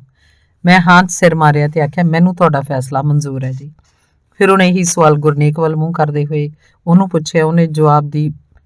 ਉਹਦੇ ਜਵਾਬ ਦੀ ਮੈਨੂੰ ਬੇਸਬਰੀ ਨਾਲ ਉਡੀਕ ਸੀ। ਮੈਨੂੰ ਕਾਫੀ ਉਤੇਜਨਾ ਵੀ ਹੋਈ ਪਈ ਸੀ ਕਿ ਇਹ ਆਖ ਦੇਗਾ, ਹਾਂਜੀ, ਮੈਨੂੰ ਵੀ ਮਨਜ਼ੂਰ ਹੈ। ਜਦ ਗੁਰਨੇਕ ਨੇ ਨਾਂ 'ਚ ਜਵਾਬ ਦਿੱਤਾ ਤਾਂ ਇੱਕਦਮ ਮੇਰੇ ਪੈਰਾਂ ਹੇਠਲੀ ਜ਼ਮੀਨ ਖਿਸਕ ਗਈ। ਉਹਦਾ ਜਵਾਬ ਸੀ, ਇਹ ਕੇਸ ਮੈਂ ਇਕੱਲਾ ਨਹੀਂ ਲੜ ਰਿਹਾ, ਸਾਡੇ ਪੂਰੇ ਗੁੱਟ ਦਾ ਫੈਸਲਾ ਹੈ ਕਿ ਅਸੀਂ ਇਸ ਕੇਸ ਨੂੰ ਲੜਾਂਗੇ ਤੇ ਅਦਾਲਤ ਜੋ ਕਰੇਗੀ ਉਹ ਫੈਸਲਾ ਸਾਨੂੰ ਮਨਜ਼ੂਰ ਹੋਏਗਾ। ਉਹ ਹੋਰ ਵੀ ਬੜਾ ਕੁਝ ਆਖ ਗਿਆ ਸੀ, ਪਰ ਮੇਰੀਆਂ ਅੱਖਾਂ ਅੱਗੇ ਹਨੇਰਾ ਆ ਚੁੱਕਾ ਸੀ। ਉਸ ਦੁਆਰਾ ਬੋਲੇ ਜਾ ਰਹੇ ਸ਼ਬਦ ਤਾਂ ਮੈਨੂੰ ਸੁਣਨੋਂ ਹਟ ਗਏ ਸੀ। ਇੱਕ ਪਲ 'ਚ ਸੁੰਨ ਹੋਏ ਅੰਦਰਲੇ ਮਨ ਨੂੰ ਸਭ ਕੁਝ ਪਤਾ ਲੱਗ ਗਿਆ ਸੀ ਕਿ ਸਾਡਾ ਸਮਝੌਤਾ ਨਹੀਂ ਹੋ ਸਕਿਆ। ਦਿਮਾਗ ਕੁਝ ਸਕਿੰਟਾਂ ਲਈ ਤਾਂ ਜਾਮ ਹੋ ਗਿਆ ਸੀ। ਕੁਝ ਪਲਾਂ ਲਈ ਮੈਂ ਆਪਣੇ ਆਪ ਨੂੰ ਸੰਭਾਲ ਲਿਆ ਤੇ ਮੇਰੇ ਮੂੰਹੋਂ ਆਪਣੇ ਆਪ ਹੀ ਬੋਲ ਨਿਕਲ ਗਏ, ਅੰਕਲ ਫੇਰ ਨਾ ਆਖਿਓ, ਮੇਰਾ ਘਰ ਢੁਆਉਣ ਲੱਗ ਪਿਆ। ਮੈਂ ਆਪਦੀ ਕਾਗਜ਼ੀ ਕਾਰਵਾਈ ਤੇਜ਼ ਕਰ ਦੇਣੀ ਹੈ। ਜੇ ਤੁਸੀਂ ਬਿਨਾਂ ਵਜ੍ਹਾ ਮੈਨੂੰ ਉਲਝਾਈ ਫਿਰਦੇ ਹੋ ਤਾਂ ਮੈਂ ਤੁਹਾਡੇ ਵਿਰੁੱਧ ਸਹੀ ਕਦਮ ਤਾਂ ਉਠਾ ਹੀ ਸਕਦਾ। ਇਸ ਤੋਂ ਪਹਿਲਾਂ ਕਿ ਗੁਰਨੇਕ ਕੁਝ ਬੋਲਦਾ, ਫੈਸਲਾ ਕਰਨ ਵਾਲਾ ਉਹ ਅਧਿਕਾਰੀ ਮੈਨੂੰ ਚੁੱਪ ਕਰਵਾਉਂਦੇ ਹੋਏ ਬੋਲ ਪਿਆ, ਵੇਖੋ ਜੀ, ਤੁਸੀਂ ਜਿਹੜੀ ਵੀ ਕਾਰਵਾਈ ਕਰਨੀ ਹੈ ਕਰ ਸਕਦੇ ਹੋ, ਪਰ ਇੱਥੇ ਕੁਝ ਵੀ ਨਹੀਂ ਬੋਲਣਾ। ਮੇਰੇ ਵੱਲੋਂ ਇਹ ਮਸਲਾ ਅਣਸੁਲਝਿਆ ਮਸਲਾ ਹੈ। ਮੈਂ ਅਦਾਲਤ ਨੂੰ ਰਿਪੋਰਟ ਕਰ ਦੇਣੀ ਹੈ। ਹੁਣ ਤੁਸੀਂ ਆਪਣੀ ਕੋਈ ਵੀ ਲੜਾਈ ਲੜ ਸਕਣ ਲਈ ਆਜ਼ਾਦ ਹੋ, ਪਰ ਇਸ ਥਾਂ ਤੋਂ ਬਾਹਰ ਜਾ ਕੇ। ਗੁਰਨੇਕ ਬੜੀ ਆਕੜ ਨਾਲ ਤੇ ਅਸੀਂ ਬੜੇ ਢਿਲਕੇ ਜਿਹੇ ਚਿਹਰੇ ਲੈ ਕੇ ਉਸ ਕਮਰੇ ਚੋਂ ਬਾਹਰ ਨਿਕਲ ਆਏ। ਮੇਰਾ ਉਦਾਸਿਆ ਚਿਹਰਾ ਵੇਖਦੇ ਸਾਰ ਵਕੀਲ ਬੋਲ ਪਿਆ, ਕਿਉਂ? ਤੈਨੂੰ ਆਖਿਆ ਸੀ ਨਾ, ਸਾਡਾ ਭਾਈਚਾਰਾ ਸਮਝੌਤਾ ਨਹੀਂ ਹੋਣ ਦਿੰਦਾ ਹੁੰਦਾ। ਉਹ ਕਿਉਂ ਸ਼ਬਦ ਨੂੰ ਬਹੁਤ ਬਲ ਦੇ ਕੇ ਤੇ ਲਮਕਾ ਕੇ ਬੋਲਿਆ ਸੀ। ਮੈਂ ਕੁਝ ਵੀ ਬੋਲ ਨਹੀਂ ਸੀ ਸਕਿਆ ਤੇ ਚੁੱਪਚਾਪ ਕੁਰਸੀ ਤੇ ਬੈਠ ਗਿਆ। ਹੁਣ ਮੇਰੇ ਅੰਦਰੋਂ ਬੋਲਣ ਦੀ ਹਿੰਮਤ ਵੀ ਮਰ ਚੁੱਕੀ ਸੀ, ਕਿਉਂਕਿ ਮੈਨੂੰ ਕੇਸ ਦੇ 4-5 ਸਾਲ ਤੱਕ ਲਮਕ ਜਾਣ ਜਾਂ ਫਿਰ ਇਸ ਤੋਂ ਵੀ ਵੱਧ ਚੱਲਣ ਦੇ ਆਸਾਰ ਦਿਸਣ ਲੱਗ ਪਏ। ਕੋਈ ਨਹੀਂ, ਅਜੇ ਕਿਹੜਾ ਅਦਾਲਤ ਨੇ ਸਟੇ ਦਿੱਤਾ ਹੈ। ਅਦਾਲਤ ਨੇ ਵੀ ਉਹੀ ਫੈਸਲਾ ਕਰਨਾ ਜਿਹੜਾ ਮੀਡੀਏਸ਼ਨ ਵਾਲਿਆਂ ਨੂੰ ਸਹੀ ਲੱਗਾ ਸੀ। ਰਮਿੰਦਰ ਨੇ ਮੈਨੂੰ ਉਦਾਸ ਚਿੱਤ ਬੈਠੇ ਨੂੰ ਵੇਖ ਕੇ ਕਹਿੰਦਿਆਂ ਹੌਸਲਾ ਦੇਣ ਦਾ ਯਤਨ ਕੀਤਾ। ਉਹਦੀ ਇਸ ਗੱਲ ਨਾਲ ਮੇਰੇ ਮਨ 'ਚ ਇੱਕ ਆਸ ਦੀ ਕਿਰਨ ਜਾਗ ਪਈ। ਫਿਰ ਥੋੜ੍ਹਾ ਜਿਹਾ ਟੈਕਰੇ 'ਚ ਮੈਂ ਆ ਗਿਆ ਪਰ ਮੇਰਾ ਅੰਦਰਲਾ ਮਨ ਅਜੇ ਵੀ ਆਖ ਰਿਹਾ ਸੀ ਕਿ ਜੇ ਇਹ ਫੈਸਲਾ ਉੱਥੇ ਹੀ ਨਿਬੜ ਜਾਂਦਾ ਤਾਂ ਬੜਾ ਵਧੀਆ ਹੋਣਾ ਸੀ। ਬੇਲੋੜਾ ਤਣਾਅ ਤੇ ਵਕਤ ਦੀ ਬਰਬਾਦੀ ਵੀ ਨਹੀਂ ਸੀ ਹੋਣੀ। ਅਸੀਂ ਘਰ ਮੁੜਨ ਦੀ ਬਜਾਏ ਉੱਥੇ ਹੀ ਬੈਠੇ ਰਹੇ। ਮੈਨੂੰ ਆਪ ਸੰਭਾਲਣ 'ਚ ਕਾਫੀ ਦੇਰ ਲੱਗ ਰਹੀ ਸੀ। ਯਾਦਵਿੰਦਰ ਵੀ ਸਕੂਲੋਂ ਸਿੱਧਾ ਸਾਡੇ ਕੋਲ ਪੁੱਜ ਚੁੱਕਾ ਸੀ। ਵਕੀਲ ਇੱਕ ਹੋਰ ਤਰੀਕ ਨਿਪਟਾ ਕੇ ਵਾਪਸ ਆ ਗਿਆ ਤੇ ਉਹਦੇ ਨਾਲ ਇੱਕ ਹੋਰ ਵਕੀਲ ਵੀ ਸੀ। ਮੇਰੇ ਵਕੀਲ ਨੇ ਮੈਨੂੰ ਸਿੱਧਾ ਸਵਾਲ ਕੀਤਾ, ਮੈਨੂੰ ਦੱਸ, ਉਹ ਝਗੜੇ ਵਾਲੀ ਜਗ੍ਹਾ ਆਪਣੇ ਕਬਜ਼ੇ 'ਚ ਹੈ ਵੀ ਕਿ ਨਹੀਂ? ਪਹਿਲਾਂ ਤਾਂ ਉੱਥੇ ਸਾਡੀਆਂ ਡੇਕਾਂ ਲਾਈਆਂ ਹੁੰਦੀਆਂ ਸਨ ਤੇ ਖਾਲੀ ਥਾਂ 'ਚ ਸਬਜ਼ੀ ਬੀਜ ਲੈਂਦੇ ਸੀ, ਪਰ ਜਦ ਅਸੀਂ ਉਹਨੂੰ ਪੱਕਾ ਕਰਕੇ ਕੰਧ ਕਰਨ ਦੀ ਸੋਚੀ ਤਾਂ ਅਸੀਂ ਸਾਰਾ ਕੁਝ ਹੀ ਪੁੱਟ ਦਿੱਤਾ ਸੀ ਤੇ ਨੀਂਹ ਵੀ ਸਾਡੀ ਇਹਨਾਂ ਨੇ ਧੱਕੇ ਨਾਲ ਬੰਦ ਕਰਾਤੀ ਸੀ। ਰੈਂਪ ਸਾਨੂੰ ਪੁਲਿਸ ਵਾਲਿਆਂ ਨੇ ਬਣਾਉਣ ਨਹੀਂ ਦਿੱਤਾ। ਮੈਂ ਸਾਰੀ ਹੋਈ ਬੀਤੀ ਬੜੇ ਸੰਖੇਪ ਸ਼ਬਦਾਂ 'ਚ ਸੁਣਾਤੀ। ਗੱਲ ਸੁਣ, ਆਪਣੀ ਬਣਦੀ ਜਗ੍ਹਾ ਉੱਤੇ ਭਾਵੇਂ ਬਜਰੀ ਪਾ ਦੇ ਜਾਂ ਫਿਰ 2-2 ਇੱਟਾਂ ਹੀ ਲਾ ਦੇ, ਇਹ ਬੜਾ ਜ਼ਰੂਰੀ ਹੈ। ਮੈਨੂੰ ਜੱਜ ਦਾ ਰਵੱਈਆ ਸਹੀ ਨਹੀਂ ਸੀ ਜਾਪਿਆ। ਫਿਰ ਨਾ ਆਖੀ, ਵਕੀਲ ਨੇ ਸਹੀ ਸਲਾਹ ਨਹੀਂ ਦਿੱਤੀ। ਵਕੀਲ ਨੇ ਮੈਨੂੰ ਗੰਭੀਰ ਹੁੰਦੇ ਆਖਿਆ, ਉਹ ਤਾਂ ਪੁਲਿਸ ਨੇ ਰੋਕਿਆ ਹੋਇਆ ਸਾਡਾ ਕੰਮ। ਜਦ ਅਸੀਂ ਇੱਟ ਵੀ ਧਰੀ ਤਾਂ ਉਹਨਾਂ ਨੇ ਦਾੜ ਕਰਦੇ ਆ ਵੱਜਣਾ। ਮੈਂ ਬਚਾਅ ਵਜੋਂ ਆਪਣੀ ਮਜਬੂਰੀ ਦੱਸੀ। ਯਾਦਵਿੰਦਰ ਹੌਸਲੇ 'ਚ ਸੀ ਤੇ ਆਖਣ ਲੱਗਾ, ਸਰ ਮੈਨੂੰ ਦੱਸੋ ਕੀ ਕਰਨਾ, ਮੈਂ ਆਪੇ ਹੈਂਡਲ ਕਰ ਲਾਂਗਾ। ਕੋਈ ਨਹੀਂ, ਆਉਣ ਦਿਓ ਇਹਨਾਂ ਪੁਲਿਸ ਵਾਲਿਆਂ ਨੂੰ, ਮੈਂ ਵੇਖਦਾ ਕਿਵੇਂ ਰੋਕਦੇ ਆ। ਅਜੇ ਇਹਨਾਂ ਨੇ ਸਾਡੀ ਨਰਮਾਈ ਵੇਖੀ ਹੈ, ਸਾਡਾ ਤਾਅ ਨਹੀਂ ਵੇਖਿਆ। ਮੈਂ ਮਾਨਸਿਕ ਤੌਰ ਤੇ ਕੋਈ ਵੀ ਹੋਰ ਪੰਗਾ ਸਹਿੜਨ ਲਈ ਰਾਜ਼ੀ ਨਹੀਂ ਸੀ। ਪਹਿਲਾਂ ਹੋਈਆਂ ਘਟਨਾਵਾਂ ਕਾਰਨ ਮੇਰੇ ਮਨ 'ਚ ਇੱਕ ਅਜੀਬ ਕਿਸਮ ਦਾ ਡਰ ਬੈਠਾ ਆਇਆ ਸੀ। ਤੁਹਾਡੀ ਉਸ ਜਗ੍ਹਾ ਨੂੰ ਦਰਸਾਉਂਦੀ ਨਿਸ਼ਾਨਦੇਹੀ ਜ਼ਰੂਰੀ ਹੈ, ਭਾਵੇਂ ਕੁਝ ਵੀ ਹੋ ਜਾਏ। ਇਹ ਅੱਕ ਤਾਂ ਚੱਬਣਾ ਹੀ ਪਏਗਾ, ਨਹੀਂ ਤਾਂ ਕੇਸ ਖਤਰੇ 'ਚ ਪੈ ਸਕਦਾ। ਵਕੀਲ ਗੰਭੀਰਤਾ ਨਾਲ ਬੋਲਿਆ, ਬਸ ਜੀ, ਹੋ ਜਾਏਗਾ ਇਹ ਕੰਮ, ਹੁਣੇ ਮੇਰਾ ਜਿੰਮਾ ਰਿਹਾ। ਯਾਦਵਿੰਦਰ ਨੇ ਜੋਸ਼ 'ਚ ਆ ਕੇ ਆਖਿਆ। 2-4 ਹੋਰ ਗੱਲਾਂ ਕਰਕੇ ਅਸੀਂ ਘਰ ਨੂੰ ਤੁਰ ਪਏ। ਰਸਤੇ 'ਚ ਯਾਦਵਿੰਦਰ ਮੈਨੂੰ ਸਮਝਾਉਣ ਲੱਗ ਪਿਆ, ਯਾਰ ਇੱਕ ਅਨਪੜ੍ਹ ਬੰਦਾ ਵੀ ਆਪਾਂ ਨੂੰ ਕੋਈ ਚੰਗੀ ਗੱਲ ਸਮਝਾ ਦੇਵੇ ਤਾਂ ਆਪਾਂ ਉਹਦੇ ਤਜਰਬੇ ਨੂੰ ਮੰਨ ਲੈਂਦੇ ਹਾਂ, ਤੇ ਵਕੀਲ ਤਾਂ ਗੁਰਨੇਕ ਨੂੰ ਪੈਸੇ ਲੈ ਉਹੀ ਸਭ ਗੱਲਾਂ ਅੰਗਰੇਜ਼ੀ 'ਚ ਸਮਝਾ ਰਿਹਾ, ਪਰ ਇਹਦੀ ਧੌਣ ਵਿਚਲਾ ਕਿੱਲਾ ਅਜੇ ਵੀ ਨਹੀਂ ਨਿਕਲ ਰਿਹਾ। ਇਹ ਤਾਂ ਉਸ ਜਵਾਕ ਜਿਹਾ ਵਿਵਹਾਰ ਕਰੀ ਜਾ ਰਿਹਾ ਜਿਹੜਾ ਆਪਣੇ ਘਰਦਿਆਂ ਨਾਲ ਸਿਰਫ ਇਸ ਲਈ ਲੜ ਰਿਹਾ ਕਿ ਤੁਸੀਂ ਤਾਂ ਕਹਿੰਦੇ ਸੀ ਮੈਨੂੰ ਤਾਪ ਚੜਿਆ ਤੇ ਡਾਕਟਰ ਕਹਿੰਦੇ ਬੁਖਾਰ ਹੋਇਆ। ਹੁਣ ਇਸ ਤਾਪ ਨੂੰ ਤੇ ਬੁਖਾਰ ਦਾ ਮਤਲਬ ਆਪਣੇ ਹਿਸਾਬ ਨਾਲ ਹੀ ਸਮਝਾਉਣਾ ਪੈਣਾ ਹੈ। ਵੈਸੇ ਗੁਰਨੇਕ ਆਪਣੇ ਤੋਂ ਵੱਡੀ ਉਮਰ ਦਾ ਹੈ ਪਰ ਕੁੱਤੇ ਨੂੰ ਖੀਰ ਨਹੀਂ ਹਜਮ ਨਹੀਂ ਹੁੰਦੀ। ਅਗਲੇ ਦਿਨ ਯਾਦਵਿੰਦਰ ਨੇ ਆਪ ਹੀ ਮਿਸਤਰੀ ਤੇ ਮਜ਼ਦੂਰਾਂ ਨਾਲ ਗੱਲ ਕਰ ਲਈ। ਉਹਨੇ ਹੁਣ ਕਿਸੇ ਗੁੰਡੇ ਜਾਂ ਪੁਲਿਸ ਵਾਲੇ ਦੇ ਆ ਕੇ ਡਰਾਉਣ ਧਮਕਾਉਣ ਦਾ, ਹਰ ਤਰ੍ਹਾਂ ਨਾਲ ਟਾਕਰਾ ਕਰਨ ਦਾ ਬੰਦੋਬਸਤ ਵੀ ਕਰ ਲਿਆ। ਉਹਨੇ ਮੇਰੀ ਕੇਵਲ ਇੰਨੀ ਜ਼ਿੰਮੇਵਾਰੀ ਲਾਈ ਸੀ ਕਿ ਜਿਹੜਾ ਵੀ ਸਮਾਨ ਇੱਥੇ ਚਾਹੀਦਾ ਉਹ ਤੂੰ ਲੈ ਕੇ ਆਉਣਾ, ਬਾਕੀ ਦਾ ਕੰਮ ਮੇਰਾ। ਮੈਨੂੰ ਤਾਂ ਪਤਾ ਹੀ ਉਦੋਂ ਲੱਗਾ ਜਦ ਚਚੇਰੇ ਭਰਾ ਅਮਰਿੰਦਰ ਤੇ ਰਮਿੰਦਰ ਵੀ ਪੁੱਜ ਗਏ। ਉਹਨਾਂ ਵੱਲੋਂ ਘੜੀ ਗਈ ਨੀਤੀ ਮੁਤਾਬਕ ਅਸੀਂ ਸਾਰੇ ਭਰਾਵਾਂ ਨੇ ਨਵੇਂ ਮਕਾਨ 'ਚ ਮਿਸਤਰੀਆਂ ਕੋਲ ਮੌਜੂਦ ਰਹਿਣਾ ਸੀ। ਕਿਸੇ ਵੀ ਗੁੰਡਾਗਰਦੀ ਦੀ ਸੂਰਤ ਵਿੱਚ ਰਿਜ਼ਰਵ ਬੈਠੀ ਫੌਜ ਨੇ ਉਹਨਾਂ ਦੇ ਟਾਕਰੇ ਲਈ ਆ ਜਾਣਾ ਸੀ। ਮੈਨੂੰ ਇਹ ਅੱਜ ਤੱਕ ਪਤਾ ਨਹੀਂ ਲੱਗਾ ਕਿ ਰਿਜ਼ਰਵ ਫੌਜ ਕਿਹੜੀ ਸੀ ਤੇ ਕਿੱਥੇ ਬੈਠੀ ਸੀ। ਸਾਰੇ ਭਰਾ ਮੈਨੂੰ ਹੌਸਲਾ ਦੇਈ ਜਾ ਰਹੇ ਸੀ, ਕੋਈ ਨਹੀਂ, ਤੂੰ ਘਬਰਾ ਨਾ। ਉਸ ਦਿਨ ਤੂੰ ਇਕੱਲਾ ਸੀ, ਆਪਣੀ ਕੋਈ ਤਿਆਰੀ ਵੀ ਨਹੀਂ ਸੀ। ਅੱਜ ਸੁੱਕੇ ਨਹੀਂ ਜਾਣ ਦਿੰਦੇ, ਆ ਜਾਣ ਦੇ ਕੇਰਾਂ। ਕਰੀਬ 8:30 ਵਜੇ ਮਜ਼ਦੂਰਾਂ ਨੇ ਆ ਕੇ ਬਾਹਰ ਸਫਾਈ ਕਰਨੀ ਸ਼ੁਰੂ ਕਰਤੀ। ਆਂਢ ਗੁਆਂਢ 'ਚ ਅਸੀਂ ਥੋੜ੍ਹੀ ਜਿਹੀ ਹਲਚਲ ਮਹਿਸੂਸ ਕੀਤੀ। ਉਹ ਚੋਰੀ ਖਿੜਕੀਆਂ ਦੀਆਂ ਜਾਲੀਆਂ ਵਿੱਚ ਦੀ ਵੇਖ ਰਹੇ ਸੀ ਕਿ ਇਹ ਕੀ ਕਰਨ ਲੱਗੇ। ਮਿਸਤਰੀ ਨੇ ਦੱਸੀ ਗਈ ਮਿਹਨਤੀ ਮੁਤਾਬਕ ਥੜਾ ਬਣਾਉਣਾ ਸ਼ੁਰੂ ਕਰਤਾ। 10 ਸਾਢੇ 10 ਵਜੇ ਤੱਕ ਸਭ ਕੁਝ ਸ਼ਾਂਤ ਰਿਹਾ। ਗਲੀ ਦੀ ਸਾਰੀ ਹਰਕਤ ਤੇ ਸਾਡੀ ਪੂਰੀ ਨਿਗਾਹ ਸੀ। 11 ਵਜੇ ਸਾਨੂੰ ਮਹਿਸੂਸ ਹੋਇਆ ਕੁਝ ਓਪਰੇ ਬੰਦੇ ਮੋਟਰਸਾਈਕਲ ਤੇ ਸਵਾਰ ਹੋ ਕੇ ਬਾਰ-ਬਾਰ ਗੇੜਾ ਮਾਰ ਰਹੇ ਆ। ਸਾਰੇ ਜਣੇ ਚੌਕਸ ਹੋ ਗਏ। ਉਹਨਾਂ ਦੇ ਫਾਰਮੂਲਿਆਂ ਮੁਤਾਬਕ ਸਾਡੀ ਰਿਜ਼ਰਵ ਫੋਰਸ ਨੇ ਦੇ 6-7 ਬੰਦਿਆਂ ਨੇ ਵੀ ਹੌਲੀ-ਹੌਲੀ ਮੋਟਰਸਾਈਕਲ ਉੱਤੇ ਭਲਵਾਨੀ ਗੇੜੇ ਕੱਢ ਦਿੱਤੇ, ਜਿਹਨੂੰ ਦੂਜੇ ਧਿਰ ਬੜੇ ਧਿਆਨਪੂਰਵਕ ਵੇਖ ਲਿਆ ਸੀ। ਦੋਵੇਂ ਧਿਰਾਂ ਖਾਮੋਸ਼ ਰਹੀਆਂ। ਉਸ ਦਿਨ ਮਾਹੌਲ ਇਸ ਤਰ੍ਹਾਂ ਦਾ ਬਣ ਚੁੱਕਾ ਸੀ ਕਿ ਮਨ 'ਚ ਆਪਣੇ ਬਚਪਨ ਦੇ ਦਿਨਾਂ 'ਚ ਅੱਤਵਾਦੀਆਂ ਦਾ ਟਾਕਰਾ ਕਰਨ ਵਾਸਤੇ ਰਾਤਾਂ ਨੂੰ ਜਾਗਣ ਵਾਲੇ ਦ੍ਰਿਸ਼ ਤਾਜ਼ਾ ਹੋ ਗਏ ਸਨ। ਉਹ ਤਾਂ ਫਿਰਕੂ ਹਨੇਰੀ ਸੀ, ਪਰ ਇਹ ਸਰਕਾਰੀ ਗੁੰਡਾਗਰਦੀ ਦਾ ਕਹਿਰ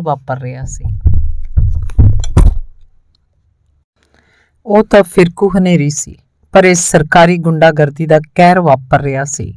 ਜਿਹਨੂੰ ਪਹਿਲਾਂ ਵਾਂਗ ਅਣਚਾਹਿਆ ਹੀ ਹੰਡਾਉਣਾ ਪੈ ਰਿਹਾ ਸੀ।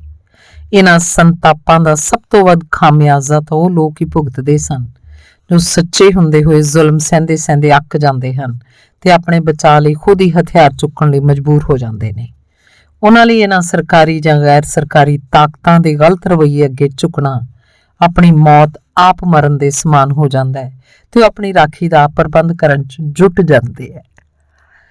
ਮੈਨੂੰ ਕਾਲੇ ਵੇਲਿਆਂ ਦਾ ਉਹ ਨਾਅਰਾ ਬੜਾ ਹੀ ਯਾਦ ਆਉਣ ਲੱਗ ਪਿਆ, ਜਿਹੜਾ ਮੈਂ ਬਚਪਨ 'ਚ ਅਚੇਤ ਹੀ ਦਿਨ 'ਚ ਕਈ ਵਾਰ ਦੁਹਰਾਉਂਦਾ ਹੁੰਦਾ ਸੀ। ਸਰਕਾਰਾਂ ਦੀ ਨਾ ਝਾਕ ਕਰੋ, ਆਪਣੀ ਰਾਖੀ ਆਪ ਕਰੋ। ਕੁਝ ਦੇਰ ਬਾਅਦ ਸਾਨੂੰ ਲੱਗਣ ਲੱਗ ਪਿਆ ਕਿ ਗਲੀ 'ਚ ਹੋਈ ਇਹ ਹਿਲਜੁਲ ਸਿਰਫ ਤੇ ਸਿਰਫ ਇੱਕ ਡਰਾਵਾ ਹੀ ਸੀ। ਸ਼ਾਇਦ ਉਹਨਾਂ ਦੇ ਖੁਫੀਆ ਸੂਤਰਾਂ ਨੇ ਸਾਡੀ ਤਿਆਰੀ ਵੇਖ ਲਈ ਸੀ। ਕਿਸੇ ਦਾ ਵੀ ਆ ਕੇ ਸਾਡੇ ਚੱਲ ਰਹੇ ਕੰਮ ਨੂੰ ਰੋਕਣ ਦਾ ਹੀਆ ਨਹੀਂ ਸੀ ਪਿਆ। ਮੈਂ ਇਸ ਗੱਲੋਂ ਵੀ ਹੈਰਾਨ ਸੀ ਕਿ ਜਿਹੜਾ ਐਸਪੀ ਮੈਨੂੰ ਗਲੀ 'ਚ ਵਿੰਗ ਨਾ ਪੈਣ ਦੀਆਂ ਚੁਣੌਤੀਆਂ ਦੇ ਰਿਹਾ ਸੀ, ਸ਼ਾਇਦ ਇਹਨਾਂ ਤਿਆਰੀਆਂ ਕਰਕੇ ਹੀ ਪਾਸਾ ਵੱਟ ਲਿਆ ਸੀ। ਬਾਅਦ 'ਚ ਪਤਾ ਲੱਗਿਆ ਕਿ ਇਹ ਸੱਚ ਵੀ ਸੀ। ਆਪਣੇ ਇੱਕ ਡੀਐਸਪੀ ਦੀ ਫਰੀਦਕੋਟ ਵਿਖੇ ਹੋਈ ਦੁਰਗਤੀ ਵਾਲੀ ਹਾਲਤ ਸੁਣੀ ਹੋਣ ਕਾਰਨ ਇਸ ਖਤਰੇ ਨੂੰ ਭਾਂਪਦਿਆਂ ਉਹਨੇ ਮੌਕੇ ਤੇ ਆਉਣਾ ਮੁਨਾਸਿਬ ਨਹੀਂ ਸੀ ਸਮਝਿਆ। ਸ਼ਾਮ ਹੋਣ ਤੱਕ ਅਸੀਂ ਆਪਣੀ ਬਣਦੀ ਜਗ੍ਹਾ ਤੇ ਇੱਕ ਵੱਡਾ ਸਾਰਾ ਰੈਂਪ ਉਸਾਰ ਦਿੱਤਾ ਸੀ। ਇਸ ਗੱਲ ਨੂੰ ਅਸੀਂ ਇੱਕ ਵੱਡੀ ਜਿੱਤ ਵਜੋਂ ਲੈ ਰਹੇ ਸੀ। ਮੈਂ ਇਸ ਗੱਲ ਦੀ ਜਾਣਕਾਰੀ ਆਪਣੇ ਵਕੀਲ ਨੂੰ ਵੀ ਫੋਨ ਕਰਕੇ ਦੇ ਛੱਡੀ ਸੀ। ਮੇਰੇ ਭਰਾਵਾਂ ਦੁਆਰਾ ਇਸ ਕੇਸ 'ਚ ਮੇਰੀ ਮਦਦ ਕਰਨ ਦਾ ਇਹ ਸਭ ਤੋਂ ਵੱਡਾ ਤੇ ਦਲੇਰਾਨਾ ਕਦਮ ਸੀ, ਪਰ ਮੇਰੇ ਮਨ 'ਚ ਅਜੇ ਵੀ ਡਰ ਬਣਿਆ ਸੀ ਕਿ ਬਾਜੀ ਕਿਧਰੇ ਸਾਡੇ ਤੇ ਪੁੱਠੀ ਨਾ ਪੈ ਜਾਏ। ਮੈਨੂੰ ਯਕੀਨ ਹੀ ਨਹੀਂ ਆ ਰਿਹਾ ਸੀ ਕਿ ਜਿਹੜੇ ਬੰਦੇ ਇੱਕ ਇੱਟ ਧਰਨ ਤੇ ਹੀ ਇੰਨੀਆਂ ਜ਼ਿਆਦਾ ਧਮਕੀਆਂ ਦੇਣ ਤੇ ਅਦਾਲਤ ਵਿੱਚ ਮੁਕੱਦਮਾ ਦਾਇਰ ਕਰਨ ਤੀਕਰ ਅਪੜ ਗਏ ਸਨ, ਅੱਜ ਉਹ ਕੁਸਕੇ ਵੀ ਨਹੀਂ ਸਨ। ਪਰ ਮੈਂ ਅਜੇ ਵੀ ਅੰਦਰੋਂ ਡਰਿਆ ਹੋਇਆ ਸੀ ਕਿ ਸ਼ਾਇਦ ਇਸ 'ਚ ਵੀ ਅਗਲਿਆਂ ਦੀ ਕੋਈ ਚਾਲ ਹੋਏਗੀ। ਉਹਨਾਂ ਚਿਰ ਤਾਂ ਸਾਡੇ ਪਰਿਵਾਰ ਨੂੰ ਲੱਗਦਾ ਰਿਹਾ ਸੀ ਕਿ ਰੈਂਪ ਬਣਾ ਕੇ ਅਸੀਂ ਬੜੀ ਵੱਡੀ ਪ੍ਰਾਪਤੀ ਕਰ ਲਈ ਹੈ, ਜਿੰਨਾ ਚਿਰ ਸਾਡੇ ਇੱਕ ਸੂਈਏ ਨੇ ਸਾਨੂੰ ਇਹ ਖਬਰ ਨਹੀਂ ਸੁਣਾਈ ਕਿ ਦੂਜੀ ਧਿਰ ਦੇ ਬੰਦੇ ਤੇ ਆਖ ਰਹੇ ਹੈ ਇਹੋ ਜਿਹੇ ਰੈਂਪਾਂ ਰੂੰਪਾਂ ਦਾ ਕੀ ਹੈ, ਆ ਮੈਂ ਆਪਦੇ ਘਰ ਤੋਂ ਲੈ ਕੇ ਉਹ ਗਲੀ ਦੇ ਅੱਧ ਤੱਕ ਬਣਵਾ ਦਿੰਨਾ। ਇਹਦਾ ਮਤਲਬ ਇਹ ਤਾਂ ਨਹੀਂ ਵੀ ਰੈਂਪ ਬਣਾਉਣ ਨਾਲ ਸਰਕਾਰੀ ਗਲੀ ਸਾਡੀ ਹੋ ਗਈ। ਇਹਦੇ ਨਾਲ ਹੀ ਆਖ ਰਹੇ ਸਨ ਇਹ ਤਾਂ ਹੁਣ ਮਰਦਾ ਕੀ ਨਹੀਂ ਕਰਦਾ ਵਾਲੀ ਗੱਲ ਤੇ ਉਤਰ ਆਏ ਨੇ। ਇਹਨਾਂ ਕਰਕੇ ਅਸੀਂ ਕਾਨੂੰਨ ਥੋੜਾ ਹੱਥ 'ਚ ਲੈ ਸਕਦੇ ਹਾਂ। ਇਹ ਤਾਂ ਫਸੇ ਹੀ ਹੋਏ ਨੇ। ਆਪਾਂ ਕਾਹਲੀ ਕਰਕੇ ਕਾਹਤੋਂ ਆਪਣੇ ਆਪ ਨੂੰ ਇਸ ਉਲਝਣ 'ਚ ਫਸਾਉਣਾ। ਤੁਸੀਂ ਤੇਲ ਨੂੰ ਦੇਖੀ ਜਾਓ, ਫਿਰ ਉਹਦੀ ਧਾਰ ਵੇਖਿਓ। ਇਹ ਸਭ ਕੁਝ 3-4 ਪਰਿਵਾਰਾਂ ਦੇ ਜੀ ਆਂਢ ਗੁਆਂਢ 'ਚ ਆਖ ਰਹੇ ਸਨ। ਇਹਨਾਂ ਸੂਈਆਂ ਰਿਪੋਰਟਾਂ ਦੇ ਆਉਣ ਕਾਰਨ ਸਾਡੀ ਥੜਾ ਉਸਾਰਨ ਦੀ ਸਾਰੀ ਖੁਸ਼ੀ ਕਾਫੂਰ ਹੋ ਚੁੱਕੀ ਸੀ। ਸਾਡੇ ਲਈ ਸਭ ਤੋਂ ਵੱਧ ਤਸੱਲੀ ਦੀ ਗੱਲ ਇਹ ਸੀ ਕਿ ਅਸੀਂ ਵਕੀਲ ਦੇ ਆਖੇ ਅਨੁਸਾਰ ਆਪਣੀ ਜਗ੍ਹਾ ਦੀ ਨਿਸ਼ਾਨਦੇਹੀ ਕਰ ਦਿੱਤੀ ਸੀ।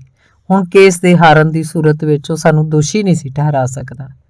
ਯਾਦਵਿੰਦਰ ਮੈਨੂੰ ਹੌਸਲਾ ਦਿੰਦਾ ਹੋਇਆ ਆਖਣ ਲੱਗਾ, ਤੂੰ ਇਸ ਥੜੇ ਨੂੰ ਥੜਾ ਨਾ ਸਮਝ, ਇਹ ਤੇਰੀ ਮੁੱਢਲੀ ਜਿੱਤ ਦਾ ਇੱਕ ਛੋਟਾ ਜਿਹਾ ਸਮਾਕ ਹੈ, ਜਿਹੜਾ ਹਰ ਵਕਤ ਉਹਨਾਂ ਦੇ ਮੂੰਹ ਤੇ ਇੱਕ ਚਪੇੜ ਵਾਂਗ ਵੱਜਦਾ ਰਹੇਗਾ। ਥੜਾ ਬਣਨ ਤੋਂ ਬਾਅਦ ਉਹ ਸਾਫ਼ ਹੋਈ ਜਗ੍ਹਾ ਮੈਨੂੰ ਬਹੁਤ ਹੀ ਜ਼ਿਆਦਾ ਤੇ ਕੀਮਤੀ ਪ੍ਰਤੀਤ ਹੋਣ ਲੱਗ ਪਈ ਸੀ। ਮੈਂ ਦੂਜੀ ਧਿਰ ਨਾਲ ਸਿੱਧੀ ਗੱਲ ਲਈ ਮੌਕਾ ਭਾੜਨ ਲੱਗਾ। ਮੈਨੂੰ ਇਹ ਤਾਂ ਪਤਾ ਲੱਗ ਗਿਆ ਸੀ ਕਿ ਇਹਨਾਂ 3-4 'ਚੋਂ ਮਲਕੀਤ ਕੁਝ ਕੁ ਚੰਗਾ ਬੰਦਾ ਹੈ, ਬਾਕੀ ਤਾਂ ਆਪਣੇ ਹੰਕਾਰ ਦੇ ਮਾਰੇ ਹੋਏ ਹੈ। ਮੈਂ ਮਲਕੀਤ ਨੂੰ ਇਕੱਲਾ ਮਿਲਣ ਦੀਆਂ ਵਿਉਂਤਾਂ ਬਣਾਉਣੀਆਂ ਸ਼ੁਰੂ ਕਰਤੀਆਂ। ਇੱਕ ਸ਼ਾਮ ਕੁਸਮੁਸੇ ਵੇਲੇ ਜਦ ਮੈਂ ਉਸ ਘਰ ਗਿਆ ਤਾਂ ਮੈਨੂੰ ਮਲਕੀਤ ਇੱਕ ਨੇੜਲੀ ਦੁਕਾਨ ਮੂਹਰੇ ਖੜਾ ਵਿਖਾਈ ਦਿੱਤਾ। ਮੈਂ ਸਮਝ ਗਿਆ ਇੱਥੋਂ ਕੁਝ ਖਰੀਦ ਕੇ ਵਾਪਸ ਜ਼ਰੂਰ ਇਸੇ ਰਸਤੇ ਮੁੜੇਗਾ। ਮੈਂ ਖਿੜਕੀ ਵਿੱਚ ਦੀ ਨਿਗਾਹ ਰੱਖੀ, ਛੇਤੀ ਉਹ ਮੈਨੂੰ ਦੁਬਾਰਾ ਦਿਸ ਪਿਆ। ਮੈਂ ਝੱਟ ਦੇਣੇ ਜਾ ਕੇ ਬੂਹਾ ਖੋਲਿਆ ਤੇ ਉਹਨੂੰ ਆਵਾਜ਼ ਮਾਰ ਲਈ। ਮੇਰੀ ਆਵਾਜ਼ ਸੁਣ ਕੇ ਇੱਕ ਵਾਰ ਤਾਂ ਉਹ ਮੁੜ ਪਿਆ, ਪਰ ਜਦ ਉਹਨੇ ਸਾਹਮਣੇ ਮੈਨੂੰ ਖੜਾ ਵੇਖਿਆ ਤਾਂ ਭੁਚੱਕਾ ਜਿਹਾ ਰਹਿ ਗਿਆ।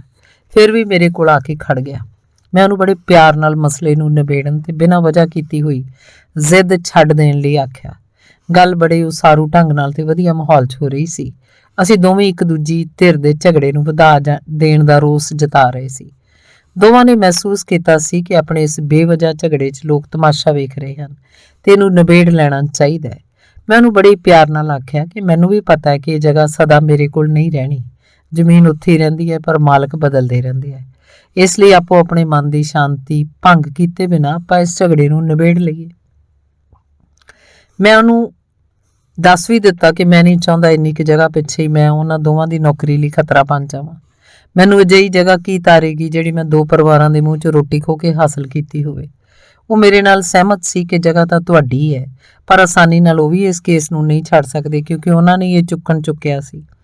ਇਸ ਲਈ ਉਹ ਇਹਨੂੰ ਨੇਪਰੇ ਚੜਾਉਣ ਦੀ ਹਰ ਸੰਭਵ ਕੋਸ਼ਿਸ਼ ਕਰਨਗੇ। ਅੰਤ ਆਖਣ ਲੱਗਾ, ਮੈਂ ਕੱਲ ਗੱਲ ਕਰਕੇ ਵੇਖਾਂਗਾ, ਜੇ ਨਾਲ ਦੇ ਮੰਨ ਗਏ ਤਾਂ, ਨਹੀਂ ਤਾਂ ਕੋਈ ਗੱਲ ਨਹੀਂ, ਵੇਖੀ ਜਾਏਗੀ ਜਿਵੇਂ ਹੋਏਗੀ। ਸਾਰੀ ਗੱਲਬਾਤ ਬਹੁਤ ਵਧੀਆ ਸੁਖਾਵੇਂ ਮਾਹੌਲ 'ਚ ਹੋਈ, ਪਰ ਉਹ ਜਾਂਦਾ ਹੋਇਆ ਆ ਗਿਆ ਸੀ, ਕੋਈ ਨਹੀਂ, ਤੁਸੀਂ ਆਪਣਾ ਜ਼ੋਰ ਲਾਈ ਚੱਲੋ, ਅਸੀਂ ਆਪਣਾ ਲਾਈ ਜਾਂਦੇ ਹਾਂ। ਉਹਦੇ ਜਾਣ ਤੋਂ ਬਾਅਦ ਮੈਂ ਸਾਰੀ ਹੋਈ ਗੱਲਬਾਤ ਦਾ ਸਿੱਟਾ ਕੱਢਣਾ ਸ਼ੁਰੂ ਕਰਤਾ। ਭਾਵੇਂ ਕਿ ਮੇਰੀ ਹਰ ਗੱਲ ਨਾਲ ਦਿਲੋਂ ਸਹਿਮਤ ਸੀ, ਪਰ ਉਹਦੀ ਅੰਤਲੀ ਗੱਲ ਮੈਨੂੰ ਚੁਭਣ ਲੱਗ ਪਈ। ਉਹ ਇਹ ਕਿਉਂ ਆਖ ਕੇ ਗਿਆ ਵੀ ਕੋਈ ਨਹੀਂ, ਤੁਸੀਂ ਆਪਣਾ ਜ਼ੋਰ ਲਾਈ ਚੱਲੋ, ਅਸੀਂ ਆਪਣਾ ਲਾਈ ਜਾਂਦੇ ਹਾਂ। ਮੈਂ ਸਮਝ ਗਿਆ ਕਿ ਮੇਰਾ ਖਹਿੜਾ ਆਸਾਨੀ ਨਾਲ ਨਹੀਂ ਛੱਡਣਗੇ। ਅਗਲੀ ਤਰੀਕ 'ਚ ਕੁਝ ਦਿਨਾਂ ਦਾ ਸਮਾਂ ਰਹਿੰਦਾ ਸੀ। ਸ਼ਾਇਦ ਜੱਜ ਨੇ 10 ਦਿਨ ਦਾ ਸਮਾਂ ਤਾਂ ਹੀ ਦਿੱਤਾ ਸੀ ਵੀ ਜੇ ਮੀਡੀਏਸ਼ਨ 'ਚ ਸਮਝੌਤਾ ਹੋਣ 'ਚ 2-4 ਦਿਨ ਲੱਗ ਵੀ ਜਾਣ ਤਾਂ ਉਹ ਆਪਣੀ ਨਿਸ਼ਚਿਤ ਤਰੀਕ ਤੇ ਫੈਸਲਾ ਸੁਣਾ ਸਕੇ। ਮੀਡੀਏਸ਼ਨ ਮੁਖੀ ਨੇ ਤਾਂ ਆਪਣੀ ਸਮਝ ਮੁਤਾਬਕ ਆਪਣਾ ਫੈਸਲਾ ਸੁਣਾ ਦਿੱਤਾ ਸੀ, ਪਰ ਮੇਰੇ ਲਈ ਇਹਨਾਂ ਦਿਨਾਂ ਨੂੰ ਲੰਘਾਉਣਾ ਅੱਗ ਦਾ ਸਮੁੰਦਰ ਪਾਰ ਕਰਨ ਦੇ ਬਰਾਬਰ ਹੋਇਆ ਪਿਆ ਸੀ। ਇਹ ਇਹੋ ਜਿਹੀ ਸਥਿਤੀ ਸੀ ਕਿ ਇੱਕ ਹਾਲਤ ਵਿੱਚ ਤਾਂ ਮੈਂ ਘੱਟੋ ਘੱਟ 5-6 ਸਾਲਾਂ ਲਈ ਅਦਾਲਤਾਂ ਦੇ ਧੱਕੇ ਖਾਣੇ ਸੀ ਤੇ ਦੂਜੀ ਹਾਲਤ 'ਚ ਮੇਰਾ ਕੇਸ ਉਸੇ ਦਿਨ ਨਿਬੜ ਜਾਣਾ ਸੀ। ਮੈਂ ਇਹਨਾਂ ਦੋਵਾਂ ਪਰਿਸਥਿਤੀਆਂ ਵਿਚਲਾ ਇੰਨੇ ਜ਼ਿਆਦਾ ਫਰਕ ਨੂੰ ਮਹਿਸੂਸ ਕਰਕੇ ਬਹੁਤ ਫਿਕਰਮੰਦ ਹੋ ਜਾਂਦਾ ਸੀ। ਆਪਣੀ ਬਣਦੀ ਜਗ੍ਹਾ ਤੇ ਬਣਿਆ ਵੱਡਾ ਸਾਰਾ ਰੈਂਪ ਵੀ ਮੇਰੇ ਦਿਲ ਨੂੰ ਡੋਬੂ ਪਾਉਣ ਲੱਗ ਪਿਆ ਸੀ। ਮਨ 'ਚ ਆਉਣ ਲੱਗਾ ਕਿ ਜੇ ਰੈਂਪ ਨਾ ਬਣਦਾ ਤਾਂ ਮੈਨੂੰ ਆਪਣਾ ਕੇਸ ਹਾਰ ਜਾਣ ਦੀ ਸੂਰਤ ਵਿੱਚ ਪਤਾ ਹੀ ਨਹੀਂ ਸੀ ਲੱਗਣਾ ਕਿ ਕਿੰਨੀ ਜਗ੍ਹਾ ਮੇਰੀ ਹੈ ਤੇ ਮੈਂ ਕਿੰਨੀ ਕੁ ਜਗ੍ਹਾ ਦਾ ਕੇਸ ਹਾਰਿਆ। ਇਹ ਰੈਂਪ ਮੈਨੂੰ ਹਰ ਰੋਜ਼ ਯਾਦ ਕਰਾਉਣ ਲੱਗ ਪਿਆ ਸੀ ਕਿ ਤੂੰ ਇਸ ਜਗ੍ਹਾ ਲਈ ਲੜਨਾ। ਇਹ ਮੇਰੇ ਜ਼ਖਮਾਂ ਉੱਤੇ ਲੂਣ ਹੀ ਨਹੀਂ, ਮਿਰਚਾਂ ਭੁੱਕਣ ਵਾਲੀ ਗੱਲ ਵੀ ਹੁੰਦੀ ਸੀ। ਉਡੀਕਦਿਆਂ ਨੂੰ ਅਦਾਲਤ ਦੁਆਰਾ ਮੁਕੱਦਮੇ ਨੂੰ ਸਟੇ ਕਰਨ ਜਾਂ ਨਾ ਕਰਨ ਦਾ ਫੈਸਲਾ ਸੁਣਾਉਣ ਦਾ ਦਿਨ ਆ ਗਿਆ। ਸਾਨੂੰ ਆਵਾਜ਼ ਵੱਜਣ ਬਾਅਦ ਵਕੀਲਾਂ ਨਾਲ ਮਾੜੀ ਮੋਟੀ ਗੱਲ ਕਰਨ ਉਪਰੰਤ ਜੱਜ ਬੋਲੀ, ਇਸ ਕੇਸ ਨੂੰ ਆਪਸੀ ਸਹਿਮਤੀ ਲਈ ਮੀਡੀਏਸ਼ਨ ਸੈੱਲ 'ਚ ਭੇਜਿਆ ਗਿਆ ਸੀ, ਪਰ ਸਮਝੌਤਾ ਨਹੀਂ ਹੋ ਸਕਿਆ। ਅਦਾਲਤ ਪੇਸ਼ ਕੀਤੇ ਗਏ ਸਬੂਤਾਂ ਤੇ ਤੱਥਾਂ ਦੇ ਆਧਾਰ ਤੇ ਸਿੱਟੇ ਤੇ ਪੁੱਜੀ ਹੈ ਕਿ ਗੁਰਨੇਕ ਸਿੰਘ ਦੁਆਰਾ ਪੇਸ਼ ਕੀਤੇ ਗਏ ਤੱਥ ਸੱਚਾਈ ਦੇ ਜ਼ਿਆਦਾ ਨੇੜੇ ਹੈ ਤੇ ਬਚਾਅ ਧਿਰ ਆਪਣੇ ਵੱਲੋਂ ਪੇਸ਼ ਕੀਤੇ ਗਏ ਸਬੂਤਾਂ ਤੇ ਦਸਤਾਵੇਜ਼ਾਂ ਵਿੱਚ ਆਪਣੀ ਮਾਲਕੀ ਨੂੰ ਦਰਸਾਉਂਦੇ ਅਸਲ ਤੱਥ ਤੇ ਸਬੂਤ ਪੇਸ਼ ਕਰਨ 'ਚ ਅਸਮਰਥ ਰਹੀ ਹੈ। ਬਚਾਅ ਪੱਖ ਵੱਲੋਂ ਆਪਣੀ ਮਾਲਕੀ ਦਰਸਾਉਂਦੇ ਖਸਰਾ ਨੰਬਰ ਤੇ ਸੰਬੰਧਿਤ ਜਗ੍ਹਾ ਦੇ ਨਕਸ਼ੇ ਨੂੰ ਵੀ ਠੀਕ ਢੰਗ ਨਾਲ ਪੇਸ਼ ਨਹੀਂ ਕੀਤਾ ਜਾ ਸਕਿਆ। ਇਸ ਲਈ ਅਦਾਲਤ ਦੇ ਅਗਲੇ ਹੁਕਮਾਂ ਤੱਕ ਸੰਬੰਧਿਤ ਜਗ੍ਹਾ ਉੱਤੇ ਇਤਰਾਜ਼ ਵਾਲੀ ਧਿਰ ਦੇ ਸ਼ੰਕਿਆਂ ਨੂੰ ਸਹੀ ਮੰਨਿਆ ਜਾ ਰਿਹਾ ਹੈ ਤੇ ਉਹਨਾਂ ਦੀ ਇਤਰਾਜ਼ ਵਾਲੀ ਅਰਜ਼ੀ ਮਨਜ਼ੂਰ ਕੀਤੀ ਜਾਂਦੀ ਹੈ। ਦੋਵੇਂ ਵਕੀਲ ਤਾਂ ਇਸ ਫੈਸਲੇ ਨੂੰ ਸੁਣ ਕੇ ਕਮਰੇ 'ਚੋਂ ਬਾਹਰ ਨਿਕਲ ਗਏ। ਮੈਨੂੰ ਪਤਾ ਨਹੀਂ ਕੀ ਹੋ ਗਿਆ ਕਿ ਮੈਂ ਉੱਥੇ ਹੀ ਪੱਥਰ ਜਿਹਾ ਬਣ ਕੇ ਖਲੋ ਗਿਆ। ਮੈਂ ਪੂਰੀ ਤਰ੍ਹਾਂ ਨਿਡਰ ਤੇ ਬੇਝਿਜਕ ਹੋ ਕੇ ਜੱਜ ਨੂੰ ਪੁੱਛ ਹੀ ਲਿਆ, ਸਰ ਜੇ ਕੋਈ ਗਲਤ ਨਕਸ਼ਾ ਤੇ ਗਲਤ ਦਸਤਾਵੇਜ਼ ਪੇਸ਼ ਕਰਕੇ ਸਟੇ ਲੈ ਲਵੇ ਤਾਂ ਕਿ ਉੱਤੇ ਕੇਸ ਦਰਜ ਹੋ ਸਕਦਾ ਹੈ? ਉਹ ਇੱਕਦਮ ਤਾਂ ਮੇਰੇ ਸਣਕਿਆਸੀ ਸਵਾਲ ਕਾਰਨ ਹੈਰਾਨੀ 'ਚ ਖਾਮੋਸ਼ ਜਿਹੀ ਰਹੀ। ਕੁਝ ਸੋਚਣ ਲੱਗ ਪਈ। ਅੱਧੇ ਕੁ ਮਿੰਟ ਬਾਅਦ ਮੇਰੇ ਚਿਹਰੇ ਵੱਲ ਗੌਰ ਨਾਲ ਝਾਕਦੀ ਬੋਲੀ, ਤੁਸੀਂ ਕੀ ਕੰਮ ਕਰਦੇ ਹੋ? ਮੈਂ ਅਧਿਆਪਕ ਹਾਂ ਸਰ, ਮੈਂ ਸੰਖੇਪ ਜਿਹਾ ਉੱਤਰ ਦਿੱਤਾ। ਅਜਿਹੀ ਸਲਾਹ ਅਦਾਲਤ ਨਹੀਂ ਦਿੰਦੀ। ਇਹਨਾਂ ਸਲਾਹਾਂ ਲਈ ਵਕੀਲ ਹਨ। ਪਲੀਜ਼ ਤੁਸੀਂ ਆਪਣੇ ਵਕੀਲ ਨਾਲ ਸਲਾਹ ਕਰੋ। ਜੇ ਉਸ ਤੋਂ ਤੁਹਾਡੀ ਸੰਤੁਸ਼ਟੀ ਨਹੀਂ ਹੁੰਦੀ ਤਾਂ ਤੁਸੀਂ ਕਿਸੇ ਹੋਰ ਵਕੀਲ ਦੀ ਸਲਾਹ ਲੈ ਲਓ।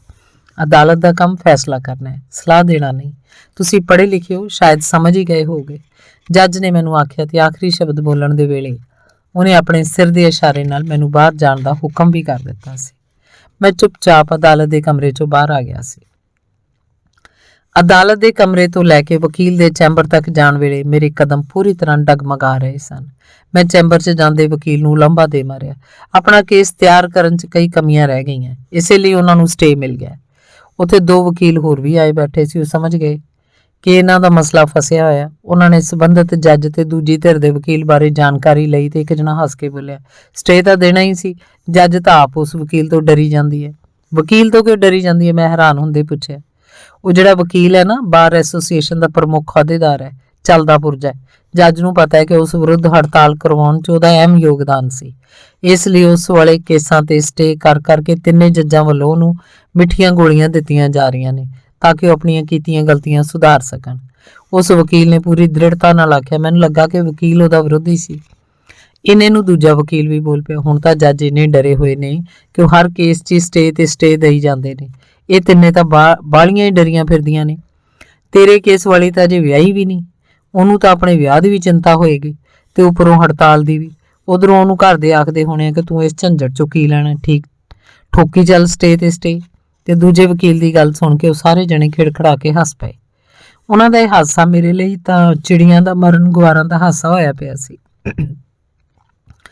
ਉਹਨਾਂ ਸਭ ਲਈ ਇਹ ਅਦਾਲਤਾਂ ਵਿੱਚ ਹੋਣ ਵਾਲਾ ਇੱਕ ਆਮ ਜਿਹਾ ਵਰਤਾਰਾ ਸੀ, ਪਰ ਮੈਨੂੰ ਆਪਣੇ ਆਪ ਅਗਲੇ 7-8 ਸਾਲ ਲਈ ਇਸ ਮੱਕੜ ਜਾਲ 'ਚ ਫਸਿਆ ਨਜ਼ਰ ਹੀ ਆਉਣ ਲੱਗ ਪਿਆ।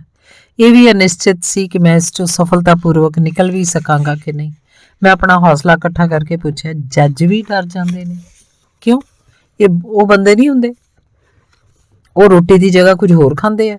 ਹੁਣ ਤਾਂ ਉਹਨਾਂ ਦੀ ਇੰਨੀ ਟੌਰ ਆ, ਚਾਰੇ ਪਾਸੇ ਸਲਾਮਾਂ ਹੁੰਦੀਆਂ।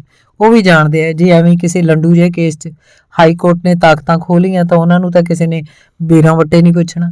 ਸ਼ਰਮ ਦੇ ਮਾਰੇ ਉਹਨਾਂ ਦਾ ਵਕਾਲਤ ਕਰਨ ਜੋਗੇ ਵੀ ਨਹੀਂ ਰਹਿਣਾ। ਕੁਰਸੀ ਹੈ ਤਾਂ ਉਹ ਹਾਂ, ਨਹੀਂ ਤਾਂ ਇੱਥੇ ਸਭ ਆਮ ਜਨਤਾ ਹੀ ਹੈ। ਇਸੇ ਲਈ ਕਿਸੇ ਹੋਰ ਉਲਝਣ ਤੋਂ ਬਚਣ ਲਈ ਇਹ ਤਿੰਨੋਂ ਜਣੀਆਂ ਤਾਂ ਸਟੇਆਂ ਦੇ ਢੇਰ ਲਾਈ ਜਾਂਦੇ ਨੇ। ਵਕੀਲ ਖੁਸ਼, ਆਪ ਖੁਸ਼, ਨਾਲੇ ਬਾਪ ਖੁਸ਼। ਫਿਰ ਆਮ ਲੋਕ ਤਾਂ ਜਾਣ ਢੱਠੇ ਖੂਚ। ਮੈਂ ਨਿਰਾਸ਼ ਜਿਹੀ ਆਵਾਜ਼ 'ਚ ਉਸ ਵਕੀਲ ਦੀ ਤਗ ਨਾਲ ਤਗ ਜੋੜਦੀ। ਆਮ ਲੋਕਾਂ ਨੂੰ ਕੌਣ ਪੁੱਛਦਾ ਇੱਥੇ? ਸਭ ਆਪਣੀ ਖੱਲ ਬਚਾਉਣ 'ਚ ਲੱਗੇ ਹੋਏ ਨੇ। ਮੇਰਾ ਵਕੀਲ ਹੌਕਾ ਜਿਹਾ ਲੈ ਕੇ ਮੇਰੇ ਨਾਲ ਹਮਦਰਦੀ ਜਤਾਉਣ ਦੇ ਅੰਦਾਜ਼ 'ਚ ਬੋਲਿਆ। ਇੱਕ ਹੋਰ ਵੱਡੀ ਅਸਫਲਤਾ ਆਪਣੇ ਘਰਦਿਆਂ ਨੂੰ ਸੁਣਾਉਣ ਲਈ ਮੈਂ ਮਨੋਂ ਤਿਆਰ ਨਹੀਂ ਸੀ ਹੋਇਆ। ਮੇਰਾ ਦਿਲ ਘਰ ਜਾਣ ਨੂੰ ਨਹੀਂ ਕਰ ਰਿਹਾ ਸੀ, ਪਰ ਜਾਣਾ ਤਾਂ ਪੈਣਾ ਹੀ ਸੀ। ਮੈਂ ਬੜੇ ਬੋਝਲ ਜਿਹੇ ਕਦਮਾਂ ਨਾਲ ਬਾਹਰ ਵੱਲ ਨੂੰ ਤੁਰ ਪਿਆ। ਬਾਹਰ ਖੜਾ ਮੋਟਰਸਾਈਕਲ ਸਟਾਰਟ ਕਰਕੇ ਮੈਂ ਕਚਹਿਰੀ ਦੀ ਇਮਾਰਤ ਤੇ ਵੱਡੇ ਸਾਰੇ ਦਰਵਾਜ਼ੇ ਨੂੰ ਚੰਗੀ ਤਰ੍ਹਾਂ ਘੂਰ ਕੇ ਵੇਖਿਆ। ਮੇਰਾ ਮਨ ਇਨਸਾਫ ਦੇ ਇਸ ਮੰਦਰ ਪ੍ਰਤੀ ਘਿਰਨਾ ਨਾਲ ਭਰ ਗਿਆ। ਮੈਨੂੰ ਪਤਾ ਹੀ ਨਾ ਲੱਗਾ ਮੈਂ ਪੂਰੀ ਨਫ਼ਰਤ ਨਾਲ ਉਸ ਦਰਵਾਜ਼ੇ ਵੱਲ ਕਦੋਂ ਥੁੱਕ ਦਿੱਤਾ ਤੇ ਮਨ ਹੀ ਮਨ ਹਰ ਗੰਦੀ ਗਾਲ ਵੀ ਕੱਢਤੀ। ਫਿਰ ਮੈਂ ਮੋਟਰਸਾਈਕਲ ਘਰ ਵੱਲ ਨੂੰ ਸਿੱਧਾ ਕਰ ਲਿਆ। ਜਰਨੈਲੀ ਸੜਕ ਉੱਤੇ ਮੇਰਾ ਮੋਟਰਸਾਈਕਲ ਜੂੰ ਦੀ ਤੋਰ ਤੁਰ ਰਿਹਾ ਸੀ। ਮੇਰਾ ਮਨ ਇੰਨਾ ਜ਼ਿਆਦਾ ਉਚਾਟ ਤੇ ਉਖੜਿਆ ਹੋਇਆ ਸੀ ਕਿ ਮੈਨੂੰ ਕੁਝ ਵੀ ਪਤਾ ਨਹੀਂ ਸੀ ਲੱਗ ਰਿਹਾ ਮੈਂ ਕਿੱਧਰ ਨੂੰ ਜਾ ਰਿਹਾ। ਇਸ ਤਰ੍ਹਾਂ ਮਹਿਸੂਸ ਹੋ ਰਿਹਾ ਸੀ ਕਿ ਮੇਰਾ ਦਿਮਾਗ ਕੰਮ ਕਰਨ ਤੋਂ ਹਟ ਗਿਆ ਹੈ। ਪਿਛਲੇ ਕੁਝ ਦਿਨਾਂ 'ਚ ਬੀਤੀਆਂ ਇਹਨਾਂ ਘਟਨਾਵਾਂ ਨੇ ਮੈਨੂੰ ਧੁਰ ਅੰਦਰ ਤੱਕ ਹਿਲਾ ਕੇ ਰੱਖ ਦਿੱਤਾ ਸੀ। ਜਦ ਅਦਾਲਤਾਂ ਵਿੱਚ ਵੀ ਇਨਸਾਫ ਨਹੀਂ ਮਿਲਣਾ ਤੇ ਨਿਆਂ ਵਾਲੀ ਕੁਰਸੀ ਤੇ ਬੈਠੇ ਜੱਜਾਂ ਨੂੰ ਵੀ ਆਪਣੀ ਹੀ ਚਿੰਤਾ ਹੈ, ਤਾਂ ਫਿਰ ਮੈਂ ਇੱਕ ਸਧਾਰਨ ਜਿਹਾ ਬੰਦਾ ਕੀ ਕਰ ਸਕਦਾ? ਪੁਲਿਸ ਵਿਭਾਗ ਬਾਰੇ ਤਾਂ ਮੈਨੂੰ ਪਹਿਲਾਂ ਹੀ ਪੂਰਾ ਗਿਆਨ ਹੋ ਚੁੱਕਾ ਸੀ, ਪਰ ਅਦਾਲਤਾਂ ਵਿੱਚ ਵੀ ਅਜਿਹਾ ਕੁਝ ਚੱਲ ਰਿਹਾ ਇਸ ਬਾਰੇ ਸੋਚ ਕੇ ਮੈਂ ਇਨਸਾਫ ਮਿਲਣ ਦੀ ਉਮੀਦ ਤਿਆਗ ਦਿੱਤੀ। ਸੋਚ ਰਿਹਾ ਸੀ ਕਿ ਜੱਜਾਂ ਨੂੰ ਕੀ ਪਰਵਾਹ ਹੈ ਕਿ ਉਹਨਾਂ ਦੀ ਕਲਮ ਦੀ ਨੋਕ ਨਾਲ ਕਿਸੇ ਦੇ ਦਿਲ ਤੇ ਦਿਮਾਗ ਤੇ ਕੀ ਹੋਣੀ ਬੀਤਣੀ ਹੈ, ਕਿਸ ਤਰ੍ਹਾਂ ਦੀਆਂ ਝਰੀਟਾਂ ਉਹਦੇ ਮਨ ਮਸਤਕ ਉੱਤੇ ਪੈਣੀਆਂ ਹਨ। ਉਹਨਾਂ ਨੇ ਤਾਂ ਕੇਵਲ ਬਾਰ ਐਸੋਸੀਏਸ਼ਨ ਦੇ ਅਹੁਦੇਦਾਰਾਂ ਤੋਂ ਡਰਦਿਆਂ ਨੇ ਸਟੇ ਦੇਣ ਦਾ ਕੋਟਾ ਪੂਰਾ ਕਰ ਦੇਣਾ। ਇੱਕ ਕਿਤਾਬ 'ਚ ਪੜ੍ਹੀਆਂ ਸਤਰਾਂ ਮੈਨੂੰ ਆਪਣੇ ਆਪ ਤੇ ਪੂਰੀ ਤਰ੍ਹਾਂ ਢੁਕਦੀਆਂ ਨਜ਼ਰ ਆਈਆਂ। ਸਾਡੇ ਦੇਸ਼ ਦੀਆਂ ਅਦਾਲਤਾਂ ਫੈਸਲੇ ਕਰਦੀਆਂ, ਇਨਸਾਫ ਨਹੀਂ। ਤੇ ਵਾਕ ਮੈਂ ਕਈ ਵਾਰ ਆਪ ਮੁਹਾਰੇ ਬੋਲ ਗਿਆ ਸੀ। ਆਖਰ ਘਰ ਤਾਂ ਜਾਣਾ ਹੀ ਸੀ। ਮੈਂ ਬੁਝੇ ਮਨ ਨਾਲ ਘਰ ਦੇ ਬਰੂਹੀਂ ਜਾ ਪੈਰ ਪਾਇਆ, ਜਿਵੇਂ ਕਿ ਆਮ ਹੀ ਹੁੰਦਾ ਸੀ। ਮੇਰੇ ਮੋਟਰਸਾਈਕਲ ਦੀ ਆਵਾਜ਼ ਸੁਣਦੇ ਸਾਰ ਸਾਰੇ ਘਰ ਦੇ ਮੇਰੇ ਦੁਆਲੇ ਇਕੱਠੇ ਹੋ ਜਾਂਦੇ ਸੀ ਤੇ ਪੁੱਛਦੇ ਸੀ ਕੀ ਬਣਿਆ। ਉਸ ਦਿਨ ਵੀ ਇਹ ਸਭ ਕੁਝ ਪਹਿਲਾਂ ਵਾਂਗ ਹੀ ਵਾਪਰਿਆ ਸੀ। ਮੇਰਾ ਉਤਰਿਆ ਹੋਇਆ ਚਿਹਰਾ ਉਹਨਾਂ ਨੂੰ ਸੰਕੇਤ ਦੇਣ ਲੱਗ ਪਿਆ ਸੀ ਕਿ ਅੱਜ ਫੇਰ ਕੁਝ ਨਾ ਕੁਝ ਮਾੜਾ ਹੀ ਵਾਪਰਿਆ। ਸਟੇ ਹੋਣ ਦੀ ਗੱਲ ਸਭ ਨੂੰ ਹਜ਼ਮ ਕਰਨੀ ਔਖੀ ਹੋ ਰਹੀ ਸੀ। ਘਰ ਦਾ ਕੋਈ ਨਾ ਕੋਈ ਜੀ ਸਿਆਣਾ ਜਿਹਾ ਬਣਦਾ ਆਖ ਦਿੰਦਾ, ਤੂੰ ਆਖ ਦੇਣਾ ਸੀ ਗੁਰਨੇਕ ਦਾ ਤਾਂ ਆਪ ਥਾਂ ਨੱਪਿਆ ਹੋਇਆ। ਤਾਂ ਮੈਨੂੰ ਉਹ 'ਤੇ ਖਿੱਚ ਚੜ੍ਹਦੀ ਕਿ ਮੈਂ ਕਿੰਜ ਸਮਝਾਵਾਂ ਕਿ ਉਹ ਅਦਾਲਤ ਹੈ, ਘਰ ਨਹੀਂ। ਉੱਥੇ ਅਸੀਂ ਇਸ ਤਰ੍ਹਾਂ ਦੀ ਕੇਸ ਤੋਂ ਬਾਹਰਲੀ ਗੱਲ ਨਹੀਂ ਕਰ ਸਕਦੇ। ਸਾਰੀ ਗੱਲ ਕਾਨੂੰਨ ਅਨੁਸਾਰ ਹੀ ਕਰਨੀ ਪੈਂਦੀ ਹੈ। ਚੜ੍ਹਦੇ ਲਹਿੰਦੇ ਹੋਏ ਦਿਨ ਕੁਦਰਤੀ ਸਿਧਾਂਤ ਮੁਤਾਬਕ ਲੰਘੀ ਜਾ ਰਹੇ ਸਨ। ਦਿਨੋਂ ਦਿਨ ਮੇਰੇ ਸੁਭਾਅ 'ਚ ਹੋਰ ਵਧੇਰੇ ਅਖੜਤਾ ਤੇ ਚਿੜਚਿੜਾਪਨ ਆਉਂਦਾ ਜਾ ਰਿਹਾ ਸੀ। ਹੁਣ ਘਰ 'ਚ ਖੇਡਦੇ ਬੱਚੇ ਵੀ ਮੈਨੂੰ ਭੈੜੇ ਭੈੜੇ ਲੱਗਣ ਲੱਗ ਪੈਂਦੇ ਸੀ। ਮੈਂ ਚੁੱਪ ਤੇ ਸਿਰਫ ਚੁੱਪ ਹੀ ਭਾਲਦਾ ਸੀ, ਪੂਰੀ ਤਰ੍ਹਾਂ ਸ਼ਾਂਤੀ। ਮੈਂ ਇਸ ਦੁਨੀਆ ਤੋਂ ਕਿਤੇ ਦੂਰ ਚਲਾ ਜਾਣਾ ਚਾਹੁੰਦਾ ਸੀ, ਇੰਨੀ ਦੂਰ ਕਿ ਉੱਥੇ ਕੋਈ ਵੀ ਮੈਨੂੰ ਇਸ ਮਾਮਲੇ ਬਾਰੇ ਪੁੱਛ ਦੱਸ ਨਾ ਸਕੇ। ਇਹ ਮਸਲਾ ਅਦਾਲਤ ਵਿੱਚ ਚਲੇ ਜਾਣ ਤੋਂ ਬਾਅਦ ਮੈਨੂੰ ਇਨਸਾਫ ਮਿਲਣ ਦੀ ਪੂਰੀ ਉਮੀਦ ਬੱਝ ਚੁੱਕੀ ਸੀ। ਜਿਸ ਕਾਰਨ ਮੈਨੂੰ ਆਪਣੇ ਆਪ ਨੂੰ ਖਤਮ ਕਰ ਲੈਣ ਦੇ ਖਿਆਲ ਆਉਣੇ ਘਟ ਗਏ ਸੀ। ਜਦੋਂ ਅਦਾਲਤ ਵੀ ਇਸ ਮਸਲੇ ਨੂੰ ਲਮਕਾਉਣ ਲੱਗ ਪਈ ਤਾਂ ਆਤਮ ਹੱਤਿਆ ਕਰਨ ਵਾਲੇ ਵਿਚਾਰ ਮੇਰੇ ਦਿਲ ਤੇ ਦਿਮਾਗ ਤੇ ਭਾਰੂ ਹੋਣੇ ਸ਼ੁਰੂ ਹੋ ਗਏ। ਮਨ 'ਚ ਆਉਂਦਾ ਕਿ ਇੱਥੇ ਨਿਆਂ ਕਰਨ ਵਾਲੇ ਵੀ ਵਕੀਲਾਂ ਤੋਂ ਡਰੀ ਜਾਂਦੇ ਆ। ਲੋਕਤੰਤਰ ਦਾ ਚੌਥਾ ਥੰਮ ਮੀਡੀਆ ਸਰਕਾਰ ਦੀ ਨਾਰਾਜ਼ਗੀ ਮੁੱਲ ਨਹੀਂ ਲੈਣੀ ਚਾਹੁੰਦਾ। ਆਮ ਬੰਦਾ ਜਾਵੇ ਤੇ ਕਿੱਧਰ। ਮੈਂ ਬਾਰ-ਬਾਰ ਆਪਣੇ ਖੁਦਕੁਸ਼ੀ ਵਾਲੇ ਪੱਤਰਾਂ ਨੂੰ ਸੋਧਣ ਲੱਗ ਜਾਂਦਾ। ਕਦੇ ਕਿਸੇ ਦਾ ਨਾਮ ਸ਼ਾਮਲ ਕਰ ਦਿੰਦਾ, ਕਿਸੇ ਦੇ ਨਾਮ ਤੇ ਕਾਟਾ ਮਾਰ ਦਿੰਦਾ। ਫਿਰ ਦਿਲ 'ਚ ਆਉਣ ਲੱਗ ਪੈਂਦਾ ਕਿ ਥੋੜ੍ਹੀ ਜਿਹੀ ਜਗ੍ਹਾ ਪਿੱਛੇ ਕਈ ਪਰਿਵਾਰਾਂ ਦੀ ਜ਼ਿੰਦਗੀ ਤਬਾਹ ਕਿਉਂ ਕਰਨੀ ਹੈ। ਆਪਣੀ ਕੁਝ ਦਿਨਾਂ ਦੀ ਬੇਇੱਜ਼ਤੀ ਕਿਉਂ ਨਾ ਸਹਾਰ ਲਵਾਂ। ਪਰ ਮੈਨੂੰ ਉਸ SP ਤੇ DSP ਤੇ ਡਾਢਾ ਗੁੱਸਾ ਚੜ੍ਹਨ ਲੱਗ ਪੈਂਦਾ ਸੀ। ਆਪਣੇ ਵਰਗੇ ਸਧਾਰਨ ਜਿਹੇ ਦਿਸਦੇ ਪੁਲਸੀਆਂ ਦੇ ਪਰਿਵਾਰਾਂ ਬਾਰੇ ਸੋਚ ਕੇ ਮੈਂ ਕਦਮ ਨਹੀਂ ਉਠਾਉਣਾ ਚਾਹੁੰਦਾ ਸੀ। ਪਰ ਮੈਂ ਪੱਕੀ ਸਹੁੰ ਖਾ ਲਈ ਸੀ ਕਿ ਇਸ ਕੇਸ ਨੂੰ ਹਾਰਨ ਦੀ ਹਾਲਤ 'ਚ ਮੈਂ ਉਸ SP ਤੇ DSP ਨੂੰ ਕਿਸੇ ਨਾ ਕਿਸੇ ਤਰੀਕੇ ਕਰਾਰਾ ਸਬਕ ਜ਼ਰੂਰ ਸਿਖਾਵਾਂਗਾ, ਜਿਨ੍ਹਾਂ ਨੇ ਮੇਰਾ ਜਿਉਣਾ ਦੁੱਭਰ ਕਰਕੇ ਰੱਖ ਦਿੱਤਾ ਹੈ। ਜਦ ਮੈਨੂੰ ਉਹਨਾਂ ਸਭ ਪਰਿਵਾਰਾਂ ਦਾ ਕੋਈ ਵੀ ਜੀ ਨਜ਼ਰ ਆਉਂਦਾ ਤਾਂ ਮੈਨੂੰ ਆਪਣੇ ਆਪ ਤੇ ਇੱਕ ਅਜੀਬ ਕਿਸਮ ਦੀ ਕਚਿਆਣ ਆਉਂਦੀ ਪ੍ਰਤੀਤ ਹੁੰਦੀ। ਗਲੀ ਦੇ ਲੋਕ ਤਾਂ ਦੂਰ, ਸਕੂਲ 'ਚ ਵੀ ਜਦ ਮੈਂ ਦੋ ਜਣਿਆਂ ਨੂੰ ਹੱਸਦੇ ਵੇਖਦਾ ਤਾਂ ਮੈਨੂੰ ਲੱਗਣ ਲੱਗ ਪੈਂਦਾ ਇਹ ਜ਼ਰੂਰ ਮੇਰੀ ਹਾਲਤ ਤੇ ਹੱਸ ਰਹੇ ਹਨ। ਚੀਜ਼ਾਂ ਰੱਖ ਕੇ ਵਿਸਰ ਜਾਣਾ, ਕਈ ਵਾਰ ਤਾਂ ਗੱਲ ਕਰਦੇ ਕਰਦੇ ਭੁੱਲ ਜਾਣ ਦੀ ਬਿਮਾਰੀ ਨੇ ਮੈਨੂੰ ਪਹਿਲਾਂ ਨਾਲੋਂ ਵੀ ਵਧੇਰੇ ਆਪਣੀ ਜਕੜ 'ਚ ਲੈ ਲਿਆ ਸੀ। ਸਕੂਲ ਜਾਣ ਵੇਲੇ ਮੈਨੂੰ ਖਿੱਚ ਚੜ੍ਹਨ ਲੱਗ ਪੈਂਦੀ ਕਿ ਮੇਰੇ ਵੱਲੋਂ ਹੰਢਾਈ ਜਾ ਰਹੀ ਮਾਨਸਿਕ ਪੀੜ ਦੇ ਨਾਲ ਮੈਨੂੰ ਫਿਰ ਆਪਣੇ ਸਾਥੀਆਂ ਦੀਆਂ ਹਾਸੇ ਮਜ਼ਾਕ ਦੀਆਂ ਆਖੀਆਂ ਜਾਂਦੀਆਂ ਚੁਭਵੀਆਂ ਗੱਲਾਂ ਦਾ ਸਾਹਮਣਾ ਕਰਨਾ ਪੈਣਾ ਹੈ।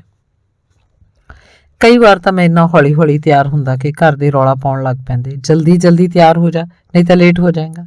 ਇਸ ਹਾਲਤ 'ਚ ਕਈ ਵਾਰ ਮੇਰੇ ਕੱਪੜੇ ਪ੍ਰੈਸ ਹੋਣ ਤੋਂ ਰਹਿ ਜਾਂਦੇ। ਮੈਂ ਉਸੇ ਤਰ੍ਹਾਂ ਹੀ ਵਲਾਂ ਵਾਲੇ ਕੱਪੜੇ ਜਿਵੇਂ ਉਹ ਗੁੱਛੀ-ਮੁੱਛੀ ਕਰਕੇ ਰੱਖੇ ਕਿਸੇ ਘੜੇ 'ਚੋਂ ਕੱਢੇ ਹੋਣ ਪਾ ਕੇ ਚਲਾ ਜਾਂਦਾ। ਜਾਂ ਕਈ ਵਾਰ ਮੈਂ ਦਾੜੀ ਉੱਤੇ ਮਸ਼ੀਨ ਲਾਉਣੀ ਵੀ ਭੁੱਲ ਜਾਂਦਾ ਸੀ।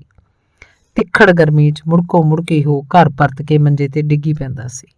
ਨਹਾਉਣਾ ਦੂਰ ਦੀ ਗੱਲ, ਸਾਰੇ ਦਿਨ ਦੀ ਜੰਮੀ ਧੂੜ ਲਾਉਣ ਲਈ ਚਿਹਰਾ ਧੋਣ ਤੱਕ ਨੂੰ ਵੀ ਜੀ ਨਹੀਂ ਸੀ ਕਰਦਾ। ਘਰ ਦਾ ਮਾਹੌਲ ਪਹਿਲਾਂ ਨਾਲੋਂ ਵੀ ਵੱਧ ਉਦਾਸਿਆ ਤੇ ਗਮਗੀਨ ਬਣ ਚੁੱਕਾ ਸੀ। ਇੰਜ ਭਾਸਦਾ ਸੀ ਕਿ ਖੁਸ਼ੀ ਦਾ ਸਾਡੇ ਨਾਲ ਡਾਢਾ ਵੈਰ ਪੈ ਚੁੱਕਿਆ ਤੇ ਦੁੱਖਾਂ ਨਾਲ ਪੱਕੀ ਆੜੀ, ਜਿਹੜੀ ਕਿ ਜ਼ਿੰਦਗੀ ਭਰ ਅਣਚਾਹੇ ਮਹਿਮਾਨਾਂ ਵਾਂਗ ਸਾਡੇ ਨਾਲ ਹੀ ਰਹਿਣੀ ਸੀ। ਉਹਨਾਂ ਦਿਨਾਂ 'ਚ ਮੇਰੇ ਚਚੇਰੇ ਭਰਾ ਅਮਰਿੰਦਰ ਦਾ ਫੋਨ ਆ ਗਿਆ। ਉਹਨੇ ਮੇਰੀ ਈਮੇਲ ਚੈੱਕ ਕੀਤੀ ਸੀ। ਉਹ ਦੱਸਣ ਲੱਗ ਪਿਆ ਸੀ ਕਿ ਮੁੱਖ ਮੰਤਰੀ ਵੱਲੋਂ ਇੱਕ ਮੇਲ ਆਈ ਹੈ ਤੇ ਆਪਣੀ ਸ਼ਿਕਾਇਤ ਖਾਰਜ ਕਰ ਦਿੱਤੀ ਗਈ ਹੈ। ਮੈਂ ਕੰਬਦੇ ਹੱਥਾਂ ਨਾਲ ਫੋਨ ਮਸਾਂ ਹੀ ਕੱਟਿਆ ਤੇ ਮੂੰਹੋਂ ਨਿਕਲਿਆ, ਐਵੇਂ ਅਖਬਾਰਾਂ 'ਚ ਇਸ਼ਤਿਹਾਰ ਦੇ ਕੇ ਲੋਕਾਂ ਦੇ ਕਰੋੜਾਂ ਰੁਪਏ ਰੋੜੀ ਜਾਂਦਾ। ਇਹਨੂੰ ਕੀ ਸਮਝਦੀ ਹੈ ਇਹ ਢੀਠ ਅਫਸਰਸ਼ਾਹੀ। ਕੀ ਗੱਲ ਹੋ ਗਈ? ਕਿਹਦਾ ਫੋਨ ਸੀ? ਕੋਲ ਬੈਠੀ ਮੇਰੀ ਮਾਂ ਨੇ ਪੂਰੀ ਉਤਸੁਕਤਾ ਨਾਲ ਪੁੱਛਿਆ। ਕੁਛ ਨਹੀਂ ਹੋਇਆ ਮਾਂ, ਮੈਂ ਲੈਪਟਾਪ ਚੁੱਕ ਲਿਆਵਾਂ, ਤੁਹਾਨੂੰ ਸਾਰਾ ਕੁਝ ਦੱਸਦਾ। ਆਖ ਕੇ ਮੈਂ ਆਪਣੇ ਕਮਰੇ 'ਚੋਂ ਲੈਪਟਾਪ ਚੁੱਕਣ ਚਲਾ ਗਿਆ। ਮੈਨੂੰ ਭੇਜੇ ਗਏ ਜਵਾਬ 'ਚ ਲਿਖਿਆ ਗਿਆ ਸੀ, SSP ਦੁਆਰਾ ਨਿਯੁਕਤ ਜਾਂਚ ਅਧਿਕਾਰੀ ਦੁਆਰਾ ਪਾਇਆ ਗਿਆ ਕਿ ਸ਼ਿਕਾਇਤਕਰਤਾ ਗਲੀ ਦੀ ਜਗ੍ਹਾ ਤੇ ਨਜਾਇਜ਼ ਕਬਜ਼ਾ ਕਰਨਾ ਚਾਹੁੰਦਾ ਹੈ। ਇਹ ਤੋਂ ਇਲਾਵਾ ਇਸ ਜਵਾਬ 'ਚ ਵੀ ਪੁਰਾਣੀਆਂ ਜਾਂਚਾਂ ਵਾਲੀਆਂ ਸਾਰੀਆਂ ਗੱਲਾਂ ਮੁੱਢ ਤੋਂ ਦੁਹਰਾਈਆਂ ਗਈਆਂ ਸੀ। ਸਿਰਫ ਇੱਕ ਹੀ ਸਤਰ ਵੱਖਰੀ ਸੀ, ਜੇ ਤੁਸੀਂ ਇਸ ਕਾਰਵਾਈ ਤੋਂ ਸੰਤੁਸ਼ਟ ਨਹੀਂ ਹੋ ਤਾਂ ਸਾਨੂੰ ਦੁਬਾਰਾ ਫੇਰ ਦੱਸੋ। ਸਿਰਫ ਪਿਛਲੀ ਇੱਕ ਸਤਰ ਤੋਂ ਬਿਨਾਂ ਬਾਕੀ ਸਭ ਕੁਝ ਮੇਰੇ ਲਈ ਬੇਤੁਕਾ ਤੇ ਬੇਇਨਸਾਫੀ ਵਾਲਾ ਸੀ। ਮਨ 'ਚ ਸਿਰਫ ਇੱਕ ਹੀ ਆਸ ਸੀ ਕਿ ਮੈਂ ਆਪਣਾ ਕੇਸ ਫਿਰ ਦੁਬਾਰਾ ਤੱਥਾਂ ਸਮੇਤ ਭੇਜਾਂਗਾ ਤੇ ਪੁਲਿਸ ਵਾਲਿਆਂ ਨੂੰ ਝੂਠਾ ਸਾਬਤ ਕਰ ਦੇਵਾਂਗਾ। ਢਹਿੰਦੀਆਂ ਕਲਾਂ ਦੇ ਦਿਨਾਂ 'ਚ ਮੇਰੇ ਲਈ ਇੱਕ ਆਸ ਦੀ ਕਿਰਨ ਫਿਰ ਚਮਕੀ ਸੀ। ਹੁਣ ਮੈਂ ਆਪਣੇ ਸਾਰੇ ਸਬੂਤ ਤੇ ਦਸਤਾਵੇਜ਼ ਮੁੜ ਸਕੈਨ ਕਰਕੇ ਕੇਸ ਨੂੰ ਦੁਬਾਰਾ ਤਿਆਰ ਕਰ ਲਿਆ। ਉਸ ਵਿੱਚ ਪੁਲਿਸ ਵਿਭਾਗ ਦੇ ਇੱਕ ਦਾਗੀ DSP ਦੁਆਰਾ ਕੀਤੀ ਗਈ ਸ਼ਰੇਆਮ ਧੱਕੇਸ਼ਾਹੀ ਦਾ ਜ਼ਿਕਰ ਤੇ ਗੁਰਨੇਕ ਦੇ ਕੀਤੇ ਨਜਾਇਜ਼ ਕਬਜ਼ੇ ਦੀ ਸਾਰੀ ਸਹੀ ਜਾਣਕਾਰੀ ਈਮੇਲ ਵਿਚਲੀ ਆਖਰੀ ਸਤਰ ਨੂੰ ਉਮੀਦ ਕਿਰਨ ਮੰਨ ਕੇ ਦੁਬਾਰਾ ਉਪ ਮੁੱਖ ਮੰਤਰੀ ਨੂੰ ਭੇਜਤੀ। ਪਹਿਲੀ ਸ਼ਿਕਾਇਤ ਵੇਲੇ ਤਾਂ ਅਗਲੇ ਦਿਨ ਹੀ ਮੈਨੂੰ ਕਾਰਵਾਈ ਸ਼ੁਰੂ ਕਰਨ ਬਾਰੇ ਜਾਣਕਾਰੀ ਦੇ ਦਿੱਤੀ ਗਈ ਸੀ, ਪਰ ਇਸ ਦੁਬਾਰਾ ਕੀਤੀ ਗਈ ਸ਼ਿਕਾਇਤ ਦਾ ਕਈ ਦਿਨ ਤੱਕ ਕੋਈ ਵੀ ਉੱਤਰ ਪਤਾ ਨਾ ਆਇਆ। ਜਦ ਕਦੇ ਮੈਂ ਆਪਣੀ ਮੇਲ ਚੈੱਕ ਕਰਦਾ ਤਾਂ ਮੈਨੂੰ ਇਸ ਸ਼ਿਕਾਇਤ ਦੇ ਜਵਾਬ ਦਾ ਇੰਤਜ਼ਾਰ ਰਹਿੰਦਾ। ਹਰ ਵਾਰ ਨਿਰਾਸ਼ਾ ਹੀ ਪੱਲੇ ਪੈਂਦੀ ਸੀ। ਪਤਾ ਨਹੀਂ ਇਨਸਾਫੀ ਬੂਹਾ ਕਿਸ ਢੰਗ ਨਾਲ ਬੰਦ ਕੀਤਾ ਹੋਇਆ ਸੀ ਕਿ ਜਿਹੜਾ ਮਜ਼ਲੂਮਾਂ ਲਈ ਖੁੱਲਣ ਦਾ ਨਾਮ ਹੀ ਨਹੀਂ ਸੀ ਲੈ ਰਿਹਾ। ਕਈ ਦਿਨ ਇਹਦਾ ਜਵਾਬ ਨਾ ਆਉਣਾ ਮੇਰੇ ਲਈ ਹੋਰ ਵੱਡੇ ਝਟਕੇ ਵਾਲੀ ਗੱਲ ਸੀ। ਝੂਠੀ ਜੀ ਤਸੱਲੀ ਦੇਣ ਵਾਲੀ ਇੱਕ ਗੱਲ ਇਹ ਵੀ ਸੀ ਕਿ ਅਸੀਂ ਹੇਠਲੀ ਅਦਾਲਤ ਦੁਆਰਾ ਸਟੇ ਕੀਤੇ ਮੁਕੱਦਮੇ ਦੀ ਅਪੀਲ ਸੈਸ਼ਨ ਜੱਜ ਦੀ ਅਦਾਲਤ 'ਚ ਪਾ ਦਈਏ। ਮੈਂ ਸਕੂਲ ਤੋਂ ਘਰੋਂ ਆਉਂਦੇ ਸਾਰ ਵਕੀਲ ਕੋਲ ਚਲਾ ਜਾਂਦਾ ਸੀ ਤਾਂ ਕਿ ਸੈਸ਼ਨ ਅਦਾਲਤ ਵਿੱਚ ਪਾਏ ਜਾਣ ਵਾਲੇ ਕੇਸ ਦੀ ਤਿਆਰੀ ਕੀਤੀ ਜਾ ਸਕੇ। ਉਹ ਮੈਨੂੰ ਲਾਰਾ ਲਾਈ ਰੱਖਦਾ ਸੀ, ਅਜੇ ਸਮਾਂ ਬਹੁਤ ਪਿਆ, ਅਜੇ ਹਫ਼ਤਾ 10 ਦਿਨ ਹੋਰ ਠਹਿਰ ਜਾ। ਮੈਂ ਵੀ ਢੀਠ ਜਿਹਾ ਹੋ ਕੇ ਮਿੱਥੇ ਸਮੇਂ ਤੋਂ ਉੱਥੇ ਚਲਾ ਜਾਂਦਾ ਸੀ। ਉਹ ਮੈਨੂੰ ਕੋਈ ਨਾ ਕੋਈ ਨਵਾਂ ਬਹਾਨਾ ਬਣਾ ਕੇ ਟਾਲ ਦਿੰਦਾ। ਇੱਕ ਦਿਨ ਜਦ ਮੈਂ ਵਕੀਲ ਦੇ ਚੈਂਬਰ 'ਚ ਗਿਆ, ਉੱਥੇ ਬੈਠਾ ਇੱਕ ਮਾੜਚੂ ਜਿਹਾ ਬਜ਼ੁਰਗ ਵਕੀਲ ਨਾਲ ਗੱਲਬਾਤ ਕਰ ਰਿਹਾ ਸੀ। ਮੈਨੂੰ ਆਇਆ ਵੇਖ ਕੇ ਚੁੱਪ ਕਰ ਗਿਆ। ਕੋਈ ਨਹੀਂ ਜੀ, ਦੱਸੀ ਚਲੋ, ਇਹ ਆਪਣਾ ਭਤੀਜ ਹੀ ਹੈ, ਕੋਈ ਓਪਰਾ ਬੰਦਾ ਨਹੀਂ, ਦੱਸੋ ਦੱਸੋ। ਵਕੀਲ ਨੇ ਉਹਨੂੰ ਪਿਆਰ ਨਾਲ ਆਖਿਆ। 5-7 ਮਿੰਟ 'ਚ ਉਹਨੇ ਆਪਣੀ ਗੱਲ ਪੂਰੀ ਕਰਤੀ ਤੇ ਉੱਠਦਿਆਂ ਮੇਰੇ ਨਾਲ ਪੋਲਾ ਜਿਹਾ ਹੱਥ ਮਿਲਾ ਕੇ ਚਲਾ ਗਿਆ। ਤੂੰ ਸੁਣੀ ਸੀ ਉਹਦੀ ਗੱਲ? ਉਹਦੇ ਚੈਂਬਰ 'ਚੋਂ ਬਾਹਰ ਜਾਣ ਤੋਂ ਬਾਅਦ ਵਕੀਲ ਨੇ ਮੈਨੂੰ ਪੁੱਛਿਆ। ਨਹੀਂ ਜੀ, ਮੇਰਾ ਤਾਂ ਧਿਆਨ ਹੀ ਨਹੀਂ ਸੀ ਤੁਹਾਡੀ ਗੱਲ ਵੱਲ। ਮੈਂ ਤਾਂ ਆਪਣੀ ਖਿਆਲਾਂ 'ਚ ਉਲਝਿਆ ਹੋਇਆ ਸੀ। ਮੈਂ ਵਕੀਲ ਨੂੰ ਸੱਚੀ ਗੱਲ ਦੱਸੀ। ਸੱਚਮੁੱਚ ਹੀ ਮੇਰਾ ਭੋਰਾ ਭਰ ਵੀ ਧਿਆਨ ਉਹਨਾਂ ਦੀ ਗੱਲਬਾਤ ਵੱਲ ਨਹੀਂ ਸੀ ਗਿਆ। ਵਕੀਲ ਉਸ ਬੰਦੇ ਦੀ ਕਹਾਣੀ ਮੈਨੂੰ ਦੱਸਣ ਲੱਗ ਪਿਆ। ਇਹ ਬੰਦਾ ਜੁਝਾਰ ਸਿੰਘ ਹੈ। ਇਹ ਰੇਲਵੇ ਵਿਭਾਗ ਦਾ ਮੁਲਾਜ਼ਮ ਸੀ। 84 ਦੇ ਦੰਗਿਆਂ ਵੇਲੇ ਆਪਣੇ ਪਰਿਵਾਰ ਨੂੰ ਕਾਨਪੁਰ ਤੋਂ ਬੜੀ ਮੁਸ਼ਕਲ ਨਾਲ ਬਚਾ ਕੇ ਇੱਥੇ ਲੈ ਕੇ ਆਇਆ। ਇਹਨੇ ਤੇ ਇਹਦੀ ਪਤਨੀ ਨੇ ਆਪਣੀਆਂ ਅੱਖਾਂ ਸਾਹਮਣੇ ਆਪਣੇ ਕਈ ਰਿਸ਼ਤੇਦਾਰਾਂ ਨੂੰ ਕਤਲ ਹੁੰਦੇ ਤੇ ਜਿਉਂਦੇ ਅੱਗ 'ਚ ਸੜਦੇ ਵੇਖਿਆ ਸੀ। ਇਹਨੇ ਆਪਣੀ ਬਦਲੀ ਇੱਥੇ ਕਰਵਾ ਲਈ ਸੀ। ਬੰਦਾ ਬਹੁਤ ਹੀ ਇਮਾਨਦਾਰ ਹੋਣ ਕਰਕੇ ਇਸ ਦੇ ਕਈ ਬੇਈਮਾਨ ਸਹਿਕਰਮੀ ਇਸ ਤੇ ਔਖੇ ਭਾਰੇ ਰਹਿਣ ਲੱਗ ਪਏ। ਇੱਕ ਦਿਨ ਇਹਦਾ ਆਪਣੇ ਕਿਸੇ ਸਹਿਕਰਮੀ ਨਾਲ ਝਗੜਾ ਹੋ ਗਿਆ। ਝਗੜੇ ਦਾ ਕਾਰਨ ਵੀ ਸੁਣ ਲੈ। ਇਹਨੇ ਉਹਦੀ ਕੋਈ ਘਪਲੇਬਾਜ਼ੀ ਜੱਗ ਜ਼ਾਹਰ ਕਰਤੀ। ਇਸ ਗੱਲ ਤੋਂ ਔਖਾ ਹੋ ਕੇ ਉਸ ਬੇਈਮਾਨ ਨੇ ਇਹਨੂੰ ਧਮਕੀਆਂ ਦੇਣੀਆਂ ਸ਼ੁਰੂ ਕਰਤੀਆਂ ਕਿ ਉਹ ਇਹਦੇ ਸਾਰੇ ਟੱਬਰ ਨੂੰ ਖਤਮ ਕਰ ਦੇਗਾ। ਇਹ ਬਹੁਤ ਹੀ ਸਾਊ ਸਨ ਤੇ ਸਾਰੇ ਜੀਓ ਤੋਂ ਡਰਨ ਲੱਗ ਪਏ। ਇਹਦੀ ਪਤਨੀ ਤਾਂ ਕੁਝ ਜ਼ਿਆਦਾ ਹੀ ਬੋਝ ਮੰਨ ਗਈ। ਉਹਨੇ ਪਹਿਲਾਂ ਬੱਚਿਆਂ ਨੂੰ ਘਰੋਂ ਬਾਹਰ ਭੇਜਣਾ ਬੰਦ ਕਰਤਾ ਤੇ ਫਿਰ ਉਹ ਆਪ ਵੀ ਘਰ 'ਚ ਹੀ ਬੰਦ ਰਹਿਣ ਲੱਗ ਪਈ। ਇਹ ਆਮ ਤੌਰ ਤੇ ਰਾਤ ਨੂੰ ਘਰ ਆਉਂਦਾ ਸੀ। ਉਹ ਸਾਰਾ ਦਿਨ ਆਪਣੇ ਘਰ ਦਾ ਬੂਹਾ ਬੰਦ ਰੱਖਦੀ ਸੀ। ਇਹਦੀ ਪਤਨੀ ਦਾ ਮਨੋਰੋਗ ਇੰਨਾ ਵੱਧ ਗਿਆ ਸੀ ਕਿ ਹੌਲੀ-ਹੌਲੀ ਉਹਨੇ ਇਸ ਵਾਸਤੇ ਵੀ ਬੂਹਾ ਖੋਲ੍ਹਣਾ ਬੰਦ ਕਰ ਦਿੱਤਾ। ਪਹਿਲੀ ਪਹਿਲ ਤਾਂ ਇਹਨੇ ਸਮਝਿਆ ਕਿ ਕੁਝ ਦਿਨਾਂ 'ਚ ਸਭ ਠੀਕ ਹੋ ਜਾਏਗਾ, ਪਰ ਗੱਲ ਵਿਗੜਦੀ ਗਈ ਤੇ ਇਹਦੀ ਪਤਨੀ ਨੇ ਬੱਚਿਆਂ ਸਮੇਤ ਆਪਣੇ ਘਰ ਨੂੰ ਪੱਕੇ ਤੌਰ ਤੇ ਅੰਦਰੋਂ ਕੁੰਡਾ ਮਾਰ ਲਿਆ। ਇਹ ਵਿਚਾਰਾ ਰਾਸ਼ਨ ਪਾਣੀ ਲੈ ਕੇ ਬੂਹੇ ਦੇ ਅੱਗੇ ਰੱਖ ਆਉਂਦਾ। ਜਦ ਉਹਨੂੰ ਪੱਕਾ ਯਕੀਨ ਹੋ ਜਾਂਦਾ ਕਿ ਚਲਾ ਗਿਆ, ਤਦ ਉਹ ਥੋੜਾ ਜਿਹਾ ਬੂਹਾ ਖੋਲ ਕੇ ਸਮਾਨ ਚੁੱਕ ਲੈਂਦੀ ਹੈ। ਜੇ ਕਿਧਰੇ ਉਹਨੂੰ ਮਾੜਾ ਜਿਹਾ ਸ਼ੰਕਾ ਵੀ ਹੁੰਦਾ ਕਿ ਕੋਈ ਬਾਹਰ ਖੜਾ ਹੈ ਤਾਂ ਬੂਹਾ ਨਹੀਂ ਖੋਲਦੀ। ਕਈ ਵਾਰ ਤਾਂ ਬਾਹਰ ਰੱਖੇ ਘਰੇਲੂ ਵਰਤੋਂ ਦੇ ਸਮਾਨ ਨੂੰ ਕੁੱਤੇ ਜਾਂ ਪਸ਼ੂ ਹੀ ਖਾ ਜਾਂਦੇ ਆ। ਉਦੋਂ ਤੋਂ ਲੈ ਕੇ ਇਹਦੇ ਘਰ ਦਾ ਬੂਹਾ ਅਜੇ ਤੱਕ ਵੀ ਬੰਦ ਪਿਆ। ਮੈਂ ਉਹਦੀਆਂ ਗੱਲਾਂ ਸੁਣ ਕੇ ਹੈਰਾਨ ਹੋਈ ਜਾ ਰਿਹਾ ਸੀ। ਮੇਰੇ ਚਿਹਰੇ ਤੇ ਆਏ ਭਾਵ ਨੂੰ ਮਹਿਸੂਸ ਕਰਕੇ ਉਹ ਬੋਲਿਆ, ਭਤੀਜ, ਇਹ 100% ਸੱਚ ਹੈ, ਕੋਈ ਅਤਕਥਨੀ ਨਹੀਂ। ਇਹ ਕਹਿੰਦਿਆਂ ਉਹਨੇ ਮੇਜ਼ ਉੱਤੇ ਆਪਣੇ ਖੱਬੇ ਹੱਥ ਦੀ ਮੁੱਕੀ ਮਾਰਦਿਆਂ ਆਪਣੀ ਗੱਲ ਤੇ ਪੱਕੀ ਮੋਹਰ ਲਾ ਦਿੱਤੀ।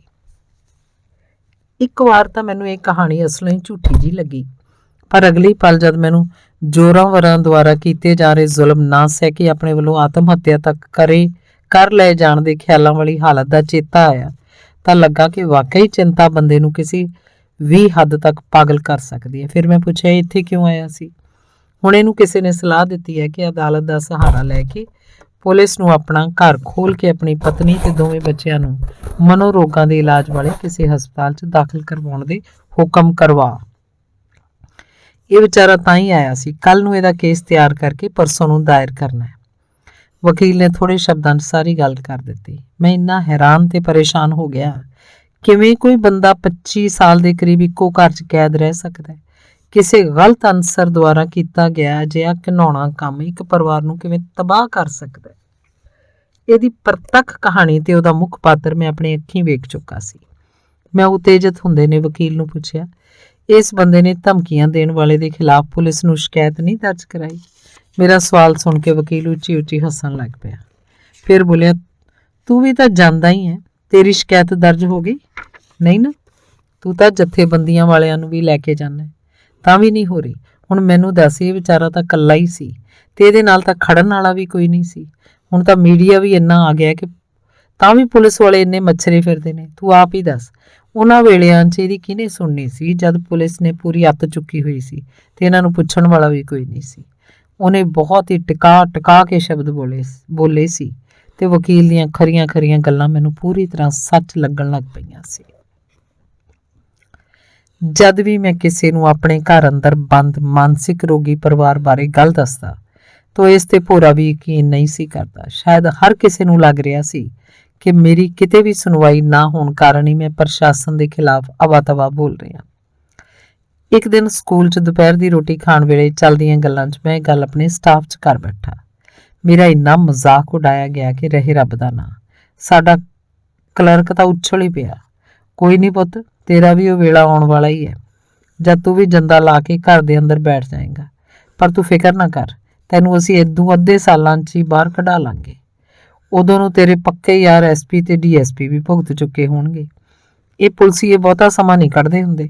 ਤੁਸੀਂ ਦੱਸੋ, ਇਸ ਮਹਿਕਮੇ 'ਚੋਂ ਕਿੰਨੇ ਕੁ ਬੰਦੇ ਨੌਕਰੀ ਪੂਰੀ ਕਰਦੇ ਸੁਣੇ ਆ? ਉਹ ਮੈਨੂੰ ਟਕੋਰ ਲਾਉਂਦਿਆਂ ਸਾਰਿਆਂ ਨੂੰ ਸੰਬੋਧਿਤ ਹੋਇਆ। ਕੁਦਰਤੀ ਉਹਦੀ ਕੀਤੀ ਗਈ ਪਿਛਲੀ ਗੱਲ ਕਾਰਨ ਸੂਈ ਪੁਲਿਸ ਵਿਭਾਗ ਤੇ ਆ ਕੇ ਟਿਕ ਗਈ ਸੀ, ਨਹੀਂ ਤਾਂ ਸਾਰਿਆਂ ਨੇ ਰਲ ਕੇ ਮੇਰਾ ਤਾਂ ਮਰਨੀ ਕਰ ਦੇਣਾ ਸੀ। ਬੇਸ਼ੱਕ ਉਹ ਤੋਂ ਬਾਅਦ ਮੇਰੇ ਉੱਪਰ ਬਹੁਤਾ ਤਵਾ ਨਹੀਂ ਸੀ ਲਾਇਆ ਗਿਆ, ਪਰ ਉਸ ਟੱਬਰ ਦੀ ਹੋਣੀ ਤੇ ਆਪਣੇ ਬਾਰੇ ਸੋਚ ਕੇ ਮੈਂ ਅੰਦਰੋਂ ਹੀਣ ਭਾਵ 'ਚ ਆਇਆ ਹੋਇਆ ਸੀ। ਹੁਣ ਸਾਰੇ ਜਣੇ ਕਲਰਕ ਦੁਆਰਾ ਪੇਸ਼ ਕੀਤੇ ਗਏ ਤੱਥ ਪੁਲਿਸ ਵਾਲਿਆਂ ਦੇ ਸੇਵਾ ਮੁਕਤ ਹੋਣ ਤੋਂ ਪਹਿਲਾਂ ਹੀ ਭੁਗਤ ਜਾਣ ਦੀ ਸੱਚਾਈ ਲੱਭਣ ਲੱਗ ਪਏ। ਸਾਰੇ ਜਣੇ ਆਪਣੇ ਆਪਣੇ ਪਿੰਡਾਂ ਦੇ ਇਲਾਕੇ ਵਿਚਲੇ ਬਹੁਤੇ ਪੁਲਿਸ ਵਾਲਿਆਂ ਦੀ ਉਮਰ ਤੇ ਮੌਤ ਬਾਰੇ ਦੱਸ ਕੇ ਉਸ ਤੱਥ ਨੂੰ ਸੱਚਾ ਸਾਬਤ ਕਰਨ 'ਚ ਲੱਗ ਪਏ ਸਨ। ਮੇਰੇ ਦੁਆਰਾ ਕੀਤੀ ਗਈ ਉਸ ਟੱਬਰ ਦੀ ਹੋਣੀ ਵਾਲੀ ਗੱਲ ਤਾਂ ਘੱਟੇ 'ਚ ਰੁਲ ਚੁੱਕੀ ਸੀ, ਪਰ ਮੇਰੇ ਸਹਿਕਰਮੀ ਸਹਿਜ ਸੁਭਾਅ ਬਹਿਸ ਵਿੱਚ ਉਪਜੇ ਉਸ ਤੱਥ ਤੋਂ ਉੱਤੇ ਤਾਂ ਪੱਕੀ ਮੋਹਰ ਲਾ ਚੁੱਕੇ ਸੀ ਕਿ ਬਹੁਤੇ ਪੁਲਿਸ ਵਾਲੇ ਆਪਣੀ ਸੇਵਾ ਮੁਕਤੀ ਤੋਂ ਪਹਿਲਾਂ ਹੀ ਜੀਵਨ ਮੁਕਤੀ ਪਾ ਜਾਂਦੇ ਹੈ। ਜੁਝਾਰ ਸਿੰਘ ਦੇ ਪਰਿਵਾਰ ਦੀ ਹਾਲਤ ਵਾਲੀ ਕਹਾਣੀ ਨੇ ਮੇਰੇ ਮਨ ਤੇ ਬੜਾ ਬੁਰਾ ਅਸਰ ਪਾਇਆ ਸੀ। ਕਈ ਵਾਰ ਮੈਨੂੰ ਖੁਦ ਨੂੰ ਮਹਿਸੂਸ ਹੋਣ ਲੱਗ ਪੈਂਦਾ ਕਿ ਮੈਂ ਵੀ ਇਸ ਤਰ੍ਹਾਂ ਦੀ ਮਾਨਸਿਕ ਬਿਮਾਰੀ ਦਾ ਸ਼ਿਕਾਰ ਹੁੰਦਾ ਜਾ ਰਿਹਾ। ਸ਼ਾਇਦ ਸਾਡੇ ਘਰਦਿਆਂ ਨੇ ਵੀ ਮੇਰੇ ਸੁਭਾਅ 'ਚ ਆ ਰਹੀ ਇਹ ਤਬਦੀਲੀ ਮਹਿਸੂਸ ਕਰ ਲਈ ਸੀ। ਮੈਨੂੰ ਮੇਰੀਆਂ ਮਾਸੂਮ ਬੱਚੀਆਂ ਦੀਆਂ ਗੱਲਾਂ ਤੋਂ ਮਹਿਸੂਸ ਹੁੰਦਾ ਰਹਿੰਦਾ ਸੀ ਕਿ ਮੇਰੇ ਘਰ ਦੇ ਸਾਰੇ ਜੀਅ ਮੇਰੀ ਗੈਰ ਹਾਜ਼ਰੀ 'ਚ ਮੇਰੇ ਬਾਰੇ ਚਿੰਤਤ ਹੁੰਦੇ ਰਹਿੰਦੇ ਹੈ, ਪਰ ਮੇਰੀ ਹਾਜ਼ਰੀ 'ਚ ਮੇਰਾ ਮਨ ਪਰਚਾਉਣ ਤੇ ਠੁੰਮਣਾ ਦੇਣ ਲਈ ਦਿਲ ਭਰਮਾਊ ਗੱਲਾਂ ਕਰਨ ਲੱਗ ਪੈਂਦੇ ਹੈ। ਕਈ ਵਾਰ ਉਹ ਮੈਨੂੰ ਹਸਾਉਣ ਲਈ ਹਾਸੇ ਵਾਲੀਆਂ ਪੁਰਾਣੀਆਂ ਗੱਲਾਂ ਛੇੜ ਲੈਂਦੇ ਤਾਂ ਕਿ ਮੇਰਾ ਮਨ ਕਿਸੇ ਹੋਰ ਪਾਸੇ ਪੈ ਸਕੇ। ਸੱਚੀ ਗੱਲ ਇਹ ਸੀ ਕਿ ਹਾਸੇ ਵਾਲੀ ਗੱਲ ਸੁਣ ਕੇ ਮੇਰਾ ਹੱਸਣ ਨੂੰ ਜੀ ਨਹੀਂ ਸੀ ਕਰਦਾ, ਸਗੋਂ ਗੱਲ ਸੁਣਨ ਤੇ ਉਸ ਗੱਲ ਤੇ ਦੰਦੀਆਂ ਕੱਢਣ ਵਾਲੇ ਤੇ ਗੁੱਸਾ ਆਉਣ ਲੱਗ ਪੈਂਦਾ। ਮੈਨੂੰ ਲੱਗਣ ਲੱਗਦਾ ਜਿਵੇਂ ਕਿਸੇ ਹੋਰ ਬੰਦੇ ਦੀ ਗੱਲ ਕਰਕੇ ਹੱਸੀ ਜਾ ਰਹੇ ਹੈ, ਤੇ ਉਸੇ ਤਰ੍ਹਾਂ ਹੀ ਲੋਕ ਮੇਰੀਆਂ ਗੱਲਾਂ ਕਰ ਕਰਕੇ ਹੱਸਦੇ ਤੇ ਸਵਾਦ ਲੈਂਦੇ ਹੋਣਗੇ। ਬੇਸ਼ੱਕ ਇਹ ਮੇਰਾ ਮਨੋਵਹਿਮ ਸੀ, ਪਰ ਮੈਂ ਸੋਚਦਾ ਜੇਕਰ ਮੇਰਾ ਵੱਸ ਚੱਲੇ ਤਾਂ ਮੈਂ ਹੱਸਣ ਤੇ ਪਾਬੰਦੀ ਲਗਵਾ ਦੇਵਾਂ। ਗੱਲੀ ਬਾਤੀ ਵੀ ਮੈਨੂੰ ਮਹਿਸੂਸ ਹੁੰਦਾ ਸੀ ਕਿ ਮੇਰੇ ਘਰ ਵਾਲੇ ਮੇਰੀ ਇਸ ਅਜੀਬ ਜਿਹੀ ਮਾਨਸਿਕ ਹਾਲਤ ਕਾਰਨ ਅੰਦਰੋਂ ਅੰਦਰੀ ਬਹੁਤ ਚਿੰਤਿਤ ਸਨ। ਮੇਰਾ ਖਿਆਲ ਸੀ ਮੇਰੇ ਆਤਮ ਹੱਤਿਆ ਬਾਰੇ ਲਿਖੇ ਨੋਟ ਬਾਰੇ ਨਵਨੀਤ ਨੇ ਮੇਰੇ ਘਰ ਵਾਲਿਆਂ ਨੂੰ ਕੋਈ ਸੂਹ ਦੇ ਦਿੱਤੀ ਸੀ, ਜਾਂ ਫਿਰ ਇਹਨਾਂ ਨੇ ਮੇਰੇ ਵਿਹਾਰ ਨੂੰ ਭਾਂਪ ਕੇ ਕੋਈ ਅੰਦਾਜ਼ਾ ਲਾਇਆ ਹੋਇਆ।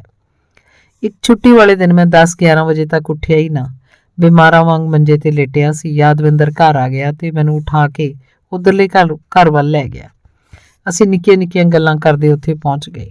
ਗੱਲਾਂ 'ਚ ਉਹਨੇ ਮੈਨੂੰ ਇੱਕ ਕਹਾਣੀ ਸੁਣਾਉਣੀ ਸ਼ੁਰੂ ਕਰਤੀ। ਤੈਨੂੰ ਇੱਕ ਗੱਲ ਦਾ ਪਤਾ ਹੈ? ਦੁਆਪਰ ਯੁੱਗ 'ਚ ਤੇਰੇ ਨਾਮ ਦਾ ਇੱਕ ਭਗਵਾਨ ਵੀ ਹੋਇਆ ਜੋ ਕੌਰਵਾਂ ਕੋਲੋਂ ਪਾਂਡਵਾਂ ਦਾ ਹੱਕ ਮੰਗਣ ਲਈ ਉਹਨਾਂ ਦੇ ਨਾਲ ਗਿਆ ਸੀ। ਮੇਰੀ ਹਾਂ ਸੁਣ ਕੇ ਉਹ ਛਿੜ ਪਿਆ। ਉਹ ਵੀ ਹਰ ਹਾਲਤ 'ਚ ਸ਼ਾਂਤੀ ਬਣਾਈ ਰੱਖਣੀ ਚਾਹੁੰਦਾ ਸੀ, ਇਸ ਲਈ ਉਹਨੇ ਦੁਰਯੋਧਨ ਨੂੰ ਆਖ ਦਿੱਤਾ ਸੀ ਕਿ ਤੁਸੀਂ ਪੂਰਾ ਰਾਜ ਨਹੀਂ ਦੇਣਾ ਤਾਂ ਘੱਟੋ ਘੱਟ 5 ਪਿੰਡ ਹੀ ਦੇ ਦਿਓ। ਪਰ ਹੰਕਾਰੀ ਦੁਰਯੋਧਨ ਉਹਨਾਂ ਨੂੰ ਸੂਈ ਦੀ ਨੋਕ ਜਿੰਨੀ ਥਾਂ ਦੇਣ ਲਈ ਤਿਆਰ ਨਾ ਹੋਇਆ ਤਾਂ ਮਜਬੂਰਨ ਉਹਨੂੰ ਆਪਣਾ ਵਿਰਾਟ ਰੂਪ ਦਿਖਾਉਣਾ ਪਿਆ। ਉਹਨੂੰ ਕਹਿਣਾ ਪਿਆ ਸੀ ਕਿ ਉਹ ਹੁਣ ਸੂਈ ਦੀ ਨੋਕ ਜਿੰਨੀ ਜਗ੍ਹਾ ਬਿਲਕੁਲ ਵੀ ਨਹੀਂ ਲੈਣਗੇ, ਸਗੋਂ ਹੁਣ ਉਹ ਪੂਰਾ ਰਾਜ ਹੀ ਲੈਣਗੇ, ਕਿਉਂਕਿ ਦੁਰਯੋਧਨ ਨੇ ਆਪਣੇ ਸਾਰੇ ਰਸਤੇ ਬੰਦ ਕਰ ਲਏ ਸਨ। ਪਰ ਤੂੰ ਮੈਨੂੰ ਮਹਾਭਾਰਤ ਕਿਉਂ ਸੁਣਾਉਣ ਲੱਗ ਪਿਆ? ਮੈਂ ਉਹਨੂੰ ਮਜ਼ਾਕ ਨਾਲ ਕਿਹਾ। ਯਾਰ ਮੈਨੂੰ ਲੱਗਦਾ ਹੈ ਤੇਰਾ ਕੇਸ ਬੜੀ ਗੰਭੀਰਤਾ ਨਾਲ ਲੜਿਆ ਜਾਣਾ ਚਾਹੀਦਾ ਹੈ, ਇਸ ਲਈ ਤੂੰ ਕੇਸ ਦੀ ਸਾਰੀ ਚਿੰਤਾ ਮੇਰੇ ਤੇ ਛੱਡ। ਤੇਰਾ ਕੇਸ ਮੈਂ ਲੜਾਂਗਾ ਤੇ ਸ਼ਰਤੀਆ ਜਿੱਤ ਕੇ ਵੀ ਦਿਖਾਵਾਂਗਾ। ਉਹ ਕਿਵੇਂ? ਮੈਂ ਹੈਰਾਨੀ ਨਾਲ ਪੁੱਛਿਆ। ਬਸ ਸ਼ਰਤ ਇਹ ਹੈ, ਜਿਵੇਂ ਮੈਂ ਆਖਾਂ ਤੂੰ ਉਵੇਂ ਹੀ ਕਰੀ ਚੱਲ। ਉਹਨੇ ਸ਼ਰਤ ਰੱਖੀ। ਚੱਲ ਉਵੇਂ ਵੀ ਕਰ ਲਵਾਂਗਾ, ਪਰ ਜੇ ਫਿਰ ਵੀ ਕੁਝ ਪੱਲੇ ਨਾ ਪਿਆ ਤਾਂ? ਮੈਂ ਸ਼ੰਕਾ ਜ਼ਾਹਰ ਕੀਤੀ। ਅਸਲ 'ਚ ਮੈਂ ਕਹਿਣਾ ਚਾਹੁੰਦਾ ਸੀ ਕਿ ਇਸ ਗੱਲ ਦਾ ਜ਼ਿੰਮੇਵਾਰ ਕੌਣ ਹੋਏਗਾ। ਜੇ ਕੁਝ ਪੱਲੇ ਨਾ ਪਿਆ ਤਾਂ ਤੂੰ ਮੇਰਾ ਨਾਮ ਵਟਾ ਦੇਈਂ। ਸਿਆਣੇ ਕਹਿੰਦੇ ਹੁੰਦੇ ਨੇ ਕਿ ਬੰਦੇ ਕੋਲ 20 ਸਾਲ ਦੀ ਉਮਰ ਤੱਕ ਜ਼ੋਰ, 30 ਤੱਕ ਅਕਲ, 40 ਤੱਕ ਪੈਸਾ ਆਵੇ ਤਾਂ ਆ ਜਾਏ, ਨਹੀਂ ਤਾਂ ਸਾਰੀ ਉਮਰ ਨਹੀਂ ਆਉਂਦਾ। ਤੇਰੇ ਵਿਰੋਧੀ ਤਾਂ 30 ਤੋਂ ਵੀ ਗਾਂਹ 40 ਤੋਂ ਟੱਪੇ ਹੋਏ ਨੇ ਤੇ ਇਹਨਾਂ ਨੂੰ ਅਜੇ ਤੱਕ ਅਕਲ ਨਹੀਂ ਆਈ। ਇਹਨਾਂ ਨੂੰ ਅਕਲ ਲਿਆਉਣੀ ਹੀ ਪੈਣੀ ਹੈ। ਜਿੱਤ ਤੇਰੀ ਹੋਏਗੀ, ਭਾਵੇਂ ਮੈਥੋਂ ਲਿਖਵਾ ਕੇ ਲੈ ਲੈ। ਉਹਨੇ ਗੰਭੀਰਤਾ ਨਾਲ ਉੱਤਰ ਦਿੱਤਾ। ਯਾਦਵਿੰਦਰ ਦੇ ਗੱਲ ਕਰਨ ਦੇ ਢੰਗ ਨਾਲ ਮੈਨੂੰ ਰਤਾ ਕੋ ਹੌਸਲਾ ਮਿਲਿਆ ਤੇ ਮੈਂ ਆਖਿਆ, ਚੱਲ ਦੱਸ, ਤੇਰੇ ਅਨੁਸਾਰ ਹੀ ਸੀ, ਮੈਂ ਕਿੱਥੋਂ ਕੀ ਕਰਨਾ ਸ਼ੁਰੂ ਕਰਾਂ? ਤੂੰ ਪਹਿਲਾਂ ਆਪਣੇ ਵਾਲ ਕਟਵਾ ਕੇ ਆ। ਤੇਰੀ ਦਿੱਖ ਤਾਂ ਪੜ੍ਹੇ ਲਿਖੇ ਬੰਦਿਆਂ ਵਾਲੀ ਲੱਗੇ। ਦੂਜਾ, ਆਪਦਾ ਬਾਬੇ ਆਦਮ ਵੇਲੇ ਵਾਲਾ ਮੋਬਾਈਲ ਬਦਲ। ਤੈਨੂੰ ਉਹਨਾਂ ਦੀ ਕਿਤੇ ਵੀ ਕੋਈ ਗਲਤੀ ਲੱਭਦੀ ਹੋਵੇ, ਤੂੰ ਮੂਵੀ ਬਣਾਉਣੀ ਹੈ। ਤੀਜਾ, ਤੇਰਾ ਚਿਹਰਾ ਸਦਾ ਖਿੜਿਆ ਨਜ਼ਰ ਆਉਣਾ ਚਾਹੀਦਾ ਹੈ। ਦੂਜੀ ਧਿਰ ਨੂੰ ਕਦੇ ਵੀ ਇਹ ਨਹੀਂ ਲੱਗਣਾ ਚਾਹੀਦਾ ਕਿ ਉਹਨਾਂ ਨੇ ਆਪਣੀ ਚਾਲ ਨਾਲ ਤੈਨੂੰ ਦੁੱਖ ਤੇ ਫਿਕਰ 'ਚ ਪਾ ਦਿੱਤਾ ਹੈ। ਤੂੰ ਇਹਨਾਂ ਨੂੰ ਇਹੀ ਵਿਖਾਉਣਾ ਕਿ ਤੁਸੀਂ ਜੋ ਕਰਨਾ ਕਰੀ ਚਲੋ, ਮੈਂ ਤੁਹਾਡੀਆਂ ਇਹੋ ਜਿਹੀਆਂ ਗਿੱਦੜ ਭਵਕੀਆਂ ਦੀ ਪਰਵਾਹ ਨਹੀਂ ਕਰਦਾ। ਉਹਦੀਆਂ ਗੱਲਾਂ ਸੁਣ ਕੇ ਮੈਂ ਹਾਂ 'ਚ ਸਿਰ ਮਾਰੀ ਜਾ ਰਿਹਾ ਸੀ। ਉਹ ਲਗਾਤਾਰ ਬੋਲੀ ਜਾ ਰਿਹਾ ਸੀ, ਇਹ ਦੁਨੀਆ ਛਿੱਤਰ ਦੀ ਯਾਰ ਹੈ। ਪਿਆਰ ਦੇ ਅਰਥਾਂ ਨੂੰ ਇੱਥੇ ਕੋਈ ਨਹੀਂ ਸਮਝਦਾ। ਜਿਵੇਂ ਹੀ ਨਰਮਾਈ ਨਾਲ ਹੀ ਪੇਸ਼ ਆਉਂਦਾ ਰਿਹਾ ਤਾਂ ਤੇਰੇ ਵਰਗੇ ਨਰਮ ਬੰਦੇ ਨੂੰ ਤਾਂ ਇੱਥੇ ਕਿਸੇ ਨੇ ਜਿਉਣ ਹੀ ਨਹੀਂ ਦੇਣਾ। ਉਹਨਾਂ ਨੇ ਤੇਰੇ ਤੇ ਆਪਣੇ ਸਾਰੇ ਤੀਰ ਚਲਾ ਲਏ ਨੇ। ਹੁਣ ਉਹ ਤੇਰੇ ਕੁਝ ਵੀ ਨਹੀਂ ਲੱਗਦੇ, ਤੇ ਜੇ ਤੂੰ ਉਹਨਾਂ ਦੇ ਪਰਿਵਾਰਾਂ ਦੀ ਪਰਵਾਹ ਕਰਕੇ ਅੱਧੇ ਮਨ ਨਾਲ ਲੜਾਈ ਲੜੇਂਗਾ ਤਾਂ ਤੂੰ ਕਦੇ ਵੀ ਜਿੱਤ ਪ੍ਰਾਪਤ ਨਹੀਂ ਕਰ ਸਕੇਂਗਾ। ਉਹਨਾਂ ਨੇ ਤੇਰੀ ਹਾਲਤ ਪਾਗਲਾਂ ਵਰਗੀ ਕਰ ਛੱਡੀ ਹੈ ਤੇ ਤੂੰ ਆਪਣੇ ਆਪ ਨੂੰ ਉਹਨਾਂ ਦੇ ਸਾਹਮਣੇ ਕਮਜ਼ੋਰ ਸਾਬਤ ਕਰ ਰਿਹਾ। ਨਹੀਂ, ਅਜਿਹੀ ਤਾਂ ਕੋਈ ਗੱਲ ਨਹੀਂ। ਕਮਜ਼ੋਰੀ ਆਪਾਂ ਕੀ ਵਿਖਾਉਣੀ ਹੈ? ਮੈਂ ਬੇਦਿਲੀ ਜੀ ਨਾਲ ਆਖਿਆ। ਉਹਨੇ ਆਪਣੀ ਗੱਲ ਜਾਰੀ ਰੱਖਦਿਆਂ ਕਹਿਣਾ ਸ਼ੁਰੂ ਕੀਤਾ, ਹੋਰ ਸੁਣ, ਉਹਨਾਂ ਨੂੰ ਤੇਰੇ ਤੇ ਹਾਵੀ ਹੋਣ ਦਾ ਮੌਕਾ ਮਿਲ ਰਿਹਾ ਹੈ। ਜੇ ਤੇਰਾ ਵਤੀਰਾ ਇਹੀ ਰਿਹਾ ਤਾਂ ਇੱਕ ਦਿਨ ਤੇਰੇ ਤੋਂ ਉਹਨਾਂ ਦਾ ਅਗਲਾ ਮਾਮੂਲੀ ਜਿਹਾ ਵਾਰ ਵੀ ਨਹੀਂ ਝੱਲਿਆ ਜਾਣਾ। ਉਹਨਾਂ ਨੇ ਤੈਨੂੰ ਇੱਕੋ ਝਟਕੇ ਨਾਲ ਮੂਲੋਂ ਹੀ ਖਤਮ ਕਰ ਦੇਣਾ। ਜੇ ਇਸ ਦੁਨੀਆ 'ਚ ਜਿਉਣਾ ਤਾਂ ਤੂੰ ਆਪਣੇ ਦੁਸ਼ਮਣ ਨੂੰ ਕਦੇ ਵੀ ਚੈਨ ਨਾਲ ਸੌਣ ਨਾ ਦੇ। ਉਸ ਲਈ ਕੋਈ ਨਾ ਕੋਈ ਸਮੱਸਿਆ ਖੜੀ ਕਰਕੇ ਰੱਖ। ਯਾਰ, ਇੰਜ ਤਾਂ ਇਹ ਝਗੜਾ ਕਦੇ ਵੀ ਖਤਮ ਨਹੀਂ ਹੋਣਾ, ਲੜਾਈ ਤਾਂ ਫਿਰ ਵਧੀ ਜਾਏਗੀ। ਮੈਂ ਉਹਨੂੰ ਟੋਕਿਆ। ਮੇਰੀ ਗੱਲ ਨੂੰ ਵਿਚਾਲੇ ਰੋਕਦਾ ਉਹ ਜ਼ਰਾ ਕੋ ਹੋਰ ਤੈਸ਼ 'ਚ ਆ ਕੇ ਬੋਲਿਆ, ਇਹ ਨਾ ਸਮਝੀ ਮੈਂ ਤੈਨੂੰ ਕਿਸੇ ਨਾਲ ਲੜਨ ਨੂੰ ਆਖ ਰਿਹਾ। ਇੱਕ ਗੱਲ ਦੱਸ, ਤੂੰ ਤਾਂ ਅਗਲੇ ਦੇ ਘਰ ਨਹੀਂ ਗਿਆ ਸੀ ਕਿ ਆਓ ਮੇਰੇ ਨਾਲ ਲੜੋ, ਮੇਰੇ ਤੇ ਕੇਸ ਦਰਜ ਕਰਾਓ। ਉਹਨਾਂ ਨੇ ਕੀਤਾ ਸਭ ਕੁਝ। ਜੇ ਉਹ ਲੜਾਈ ਮੁਕਾਉਣੀ ਚਾਹੁੰਦੇ ਹੁੰਦੇ ਤਾਂ ਜਦੋਂ ਉਹਨਾਂ ਨੂੰ ਨਗਰ ਨਿਗਮ ਵਾਲਿਆਂ ਨੇ ਆਖ ਦਿੱਤਾ ਸੀ ਤੇ ਪਿੱਛੋਂ ਮੀਡੀਏਸ਼ਨ ਵਿਭਾਗ ਨੇ ਕਹਿਤਾ ਸੀ ਤੁਹਾਡੇ ਪੱਲੇ ਕੁਝ ਵੀ ਨਹੀਂ ਹੈ, ਉਸ ਵੇਲੇ ਉਹਨਾਂ ਨੂੰ ਆਪਣੀ ਗਲਤੀ ਮੰਨ ਕੇ ਝਗੜਾ ਖਤਮ ਕਰ ਦੇਣਾ ਬਣਦਾ ਸੀ। ਹੁਣ ਤੂੰ ਹੀ ਦੱਸ, ਉਹਨਾਂ ਨੇ ਅਜਿਹਾ ਕੀਤਾ? ਨਹੀਂ ਕੀਤਾ ਨਾ। ਇੱਧਰ ਇੱਕ ਤੂੰ ਸੀ ਜਿਹਨੇ ਮਲਕੀਤ ਨੂੰ ਸੱਦ ਕੇ ਮਿੰਨਤ ਤਰਲਾ ਕਰਕੇ ਵੀ ਵੇਖ ਲਿਆ, ਪਰ ਉਹਨਾਂ ਦਾ ਹੰਕਾਰ ਉਹਨਾਂ ਨੂੰ ਸਮਝੌਤਾ ਕਰਨ ਹੀ ਨਹੀਂ ਦੇ ਰਿਹਾ। ਜਦੋਂ ਤੇਰੇ ਨਾਲ ਲੜਾਈ ਵਧਾ ਕੇ ਰਾਜੀ ਹੈ ਤਾਂ ਤੈਨੂੰ ਵੀ ਇੱਟ ਦਾ ਜਵਾਬ ਪੱਥਰ ਨਾਲ ਦੇਣਾ ਹੀ ਪਏਗਾ। ਆ ਗੁਰਨੇਕ ਹੀ ਹੈ ਨਾ, ਬੁੱਢਾ ਘੋੜਾ, ਦਿਲ ਦਾ ਮਰੀਜ਼। ਇਹ ਆਪਣੀ ਇੱਕ ਲੱਥੇ ਦੀ ਮਾਰ ਨਹੀਂ, ਪਰ ਤੈਨੂੰ ਦੇਈ ਜਾਂਦਾ ਹੈ ਨਾ ਟੈਨਸ਼ਨ ਤੇ ਟੈਨਸ਼ਨ। ਗੱਲ ਸੁਣਦੇ ਸਾਰ ਗੁੱਸੇ 'ਚ ਮੇਰੇ ਖੱਬੇ ਹੱਥ ਦੀ ਮੁੱਠ ਮੀਚੀ ਗਈ ਸੀ। ਮੇਰੀ ਇਸ ਹਰਕਤ ਨੂੰ ਵੇਖ ਕੇ ਜਿਵੇਂ ਉਹਨੂੰ ਲੱਗਣ ਲੱਗ ਪਿਆ ਕਿ ਉਹਦੀਆਂ ਗੱਲਾਂ ਦਾ ਮੇਰੇ ਤੇ ਅਸਰ ਹੋਣ ਲੱਗ ਪਿਆ। ਉਹ ਹੋਰ ਜੋਸ਼ 'ਚ ਬੋਲਣ ਲੱਗ ਪਿਆ, ਹੁਣ ਮੇਰੀ ਰਾਏ ਮੁਤਾਬਕ ਚੱਲ, ਆਪਾਂ ਇਹਨਾਂ ਨੂੰ ਰਾਤ ਨੂੰ ਵੀ ਸੌਣ ਨਹੀਂ ਦੇਣਾ। ਇਹ ਗੁਰਨੇਕੇ ਦੀ ਦਵਾਈਆਂ ਦੀ ਖੁਰਾਕ ਦੁੱਗਣੀ ਨਾ ਹੋ ਗਈ ਤਾਂ ਮੈਨੂੰ ਫੜ ਲਈ। ਆ ਪੁਲਸੀਏ ਫਿਰਦੇ ਆ ਨਾ, ਇਹ ਤਾਂ ਜਿਹੜੇ ਨਿੱਤ ਦੇ ਤੱਕ ਹੀ ਹਰ ਪਲ ਦੇ ਚੋਰ ਹੁੰਦੇ ਆ। ਬਸ ਤੂੰ ਇਹਨਾਂ ਦੀ ਚੋਰੀ ਨੂੰ ਰੰਗੇ ਹੱਥੀ ਫੜਨਾ। ਤੂੰ ਇਹਨਾਂ ਦੇ ਕਾਲੇ ਕਾਰਨਾਮਿਆਂ ਨੂੰ ਅਕਲਵੰਨੇ ਅਫਸਰਾਂ ਦੇ ਅੱਗੇ ਸਬੂਤਾਂ ਸਮੇਤ ਪੇਸ਼ ਕਰਨਾ। ਬਸ ਵਧੀਆ ਜਿਹਾ ਮੋਬਾਈਲ ਲੈ ਤੇ ਇਹਨਾਂ ਦੀ ਜਸੂਸੀ ਸ਼ੁਰੂ ਕਰ ਦੇ। ਯਾਰ, ਮੈਨੂੰ ਨਹੀਂ ਲੱਗਦਾ ਵੀ ਆਪਣੇ ਹੱਥ ਪੱਲੇ ਵੀ ਕੁਝ ਪਏਗਾ। ਕੋਈ ਹੋਰ ਮੁਸੀਬਤ ਨਾ ਖੜੀ ਕਰ ਲਈਏ ਆਪਾਂ। ਮੈਂ ਉਹਨੂੰ ਟੋਕ ਦੇ ਕਿਹਾ, ਯਾਰ ਮੁਸੀਬਤਾਂ ਵੀ ਉਸ ਬੰਦੇ ਤੇ ਆਉਂਦੀਆਂ ਹੁੰਦੀਆਂ ਜਿਹੜਾ ਇਹਨਾਂ ਦਾ ਟੱਕਰਾ ਕਰਕੇ ਨਾਇਕ ਬਣਨ ਦੀ ਸਮਰੱਥਾ ਰੱਖਦਾ ਹੋਵੇ। ਨਾਲੇ ਹੋਰ ਸੁਣ, ਦੁਨੀਆ ਦਾ ਅਜਿਹਾ ਕੋਈ ਵੀ ਨਾਇਕ ਨਹੀਂ ਹੋਇਆ ਜਿਹੜਾ ਖਲਨਾਇਕਾਂ ਦੁਆਰਾ ਪੈਦਾ ਕੀਤੀਆਂ ਮੁਸ਼ਕਲ ਪ੍ਰਸਥਿਤੀਆਂ ਵਿੱਚ ਦੀ ਨਾ ਲੰਘਿਆ ਹੋਵੇ। ਯਾਦਵਿੰਦਰ ਨੇ ਪੂਰੀ ਮੁਸਤੈਦੀ ਨਾਲ ਗੱਲ ਕੀਤੀ। ਛੱਡ ਯਾਰ, ਅਗਲਿਆਂ ਨੇ ਮੇਰੇ ਤੇ ਮੁਕੱਦਮਾ ਠੋਕਿਆ ਹੋਇਆ ਤੇ ਤੂੰ ਮੈਨੂੰ ਨਾਇਕ ਬਣਾਈ ਜਾਂਦਾ। ਵਾਹ ਬਈ ਵਾਹ। ਬੇਸ਼ੱਕ ਉਹਦੀਆਂ ਗੱਲਾਂ ਮੈਨੂੰ ਮਨੋਂ ਚੰਗੀਆਂ ਲੱਗ ਰਹੀਆਂ ਸੀ, ਪਰ ਮੈਂ ਉਹਨੂੰ ਟੋਕਤਾ। ਨਾਇਕ ਵੀ ਆਮ ਬੰਦਿਆਂ ਵਾਂਗ ਹੀ ਜੰਮੇ ਹੁੰਦੇ ਆ, ਉਹ ਕਿਹੜਾ ਆਕਾਸ਼ੋਂ ਉਤਰੇ ਹੁੰਦੇ ਆ।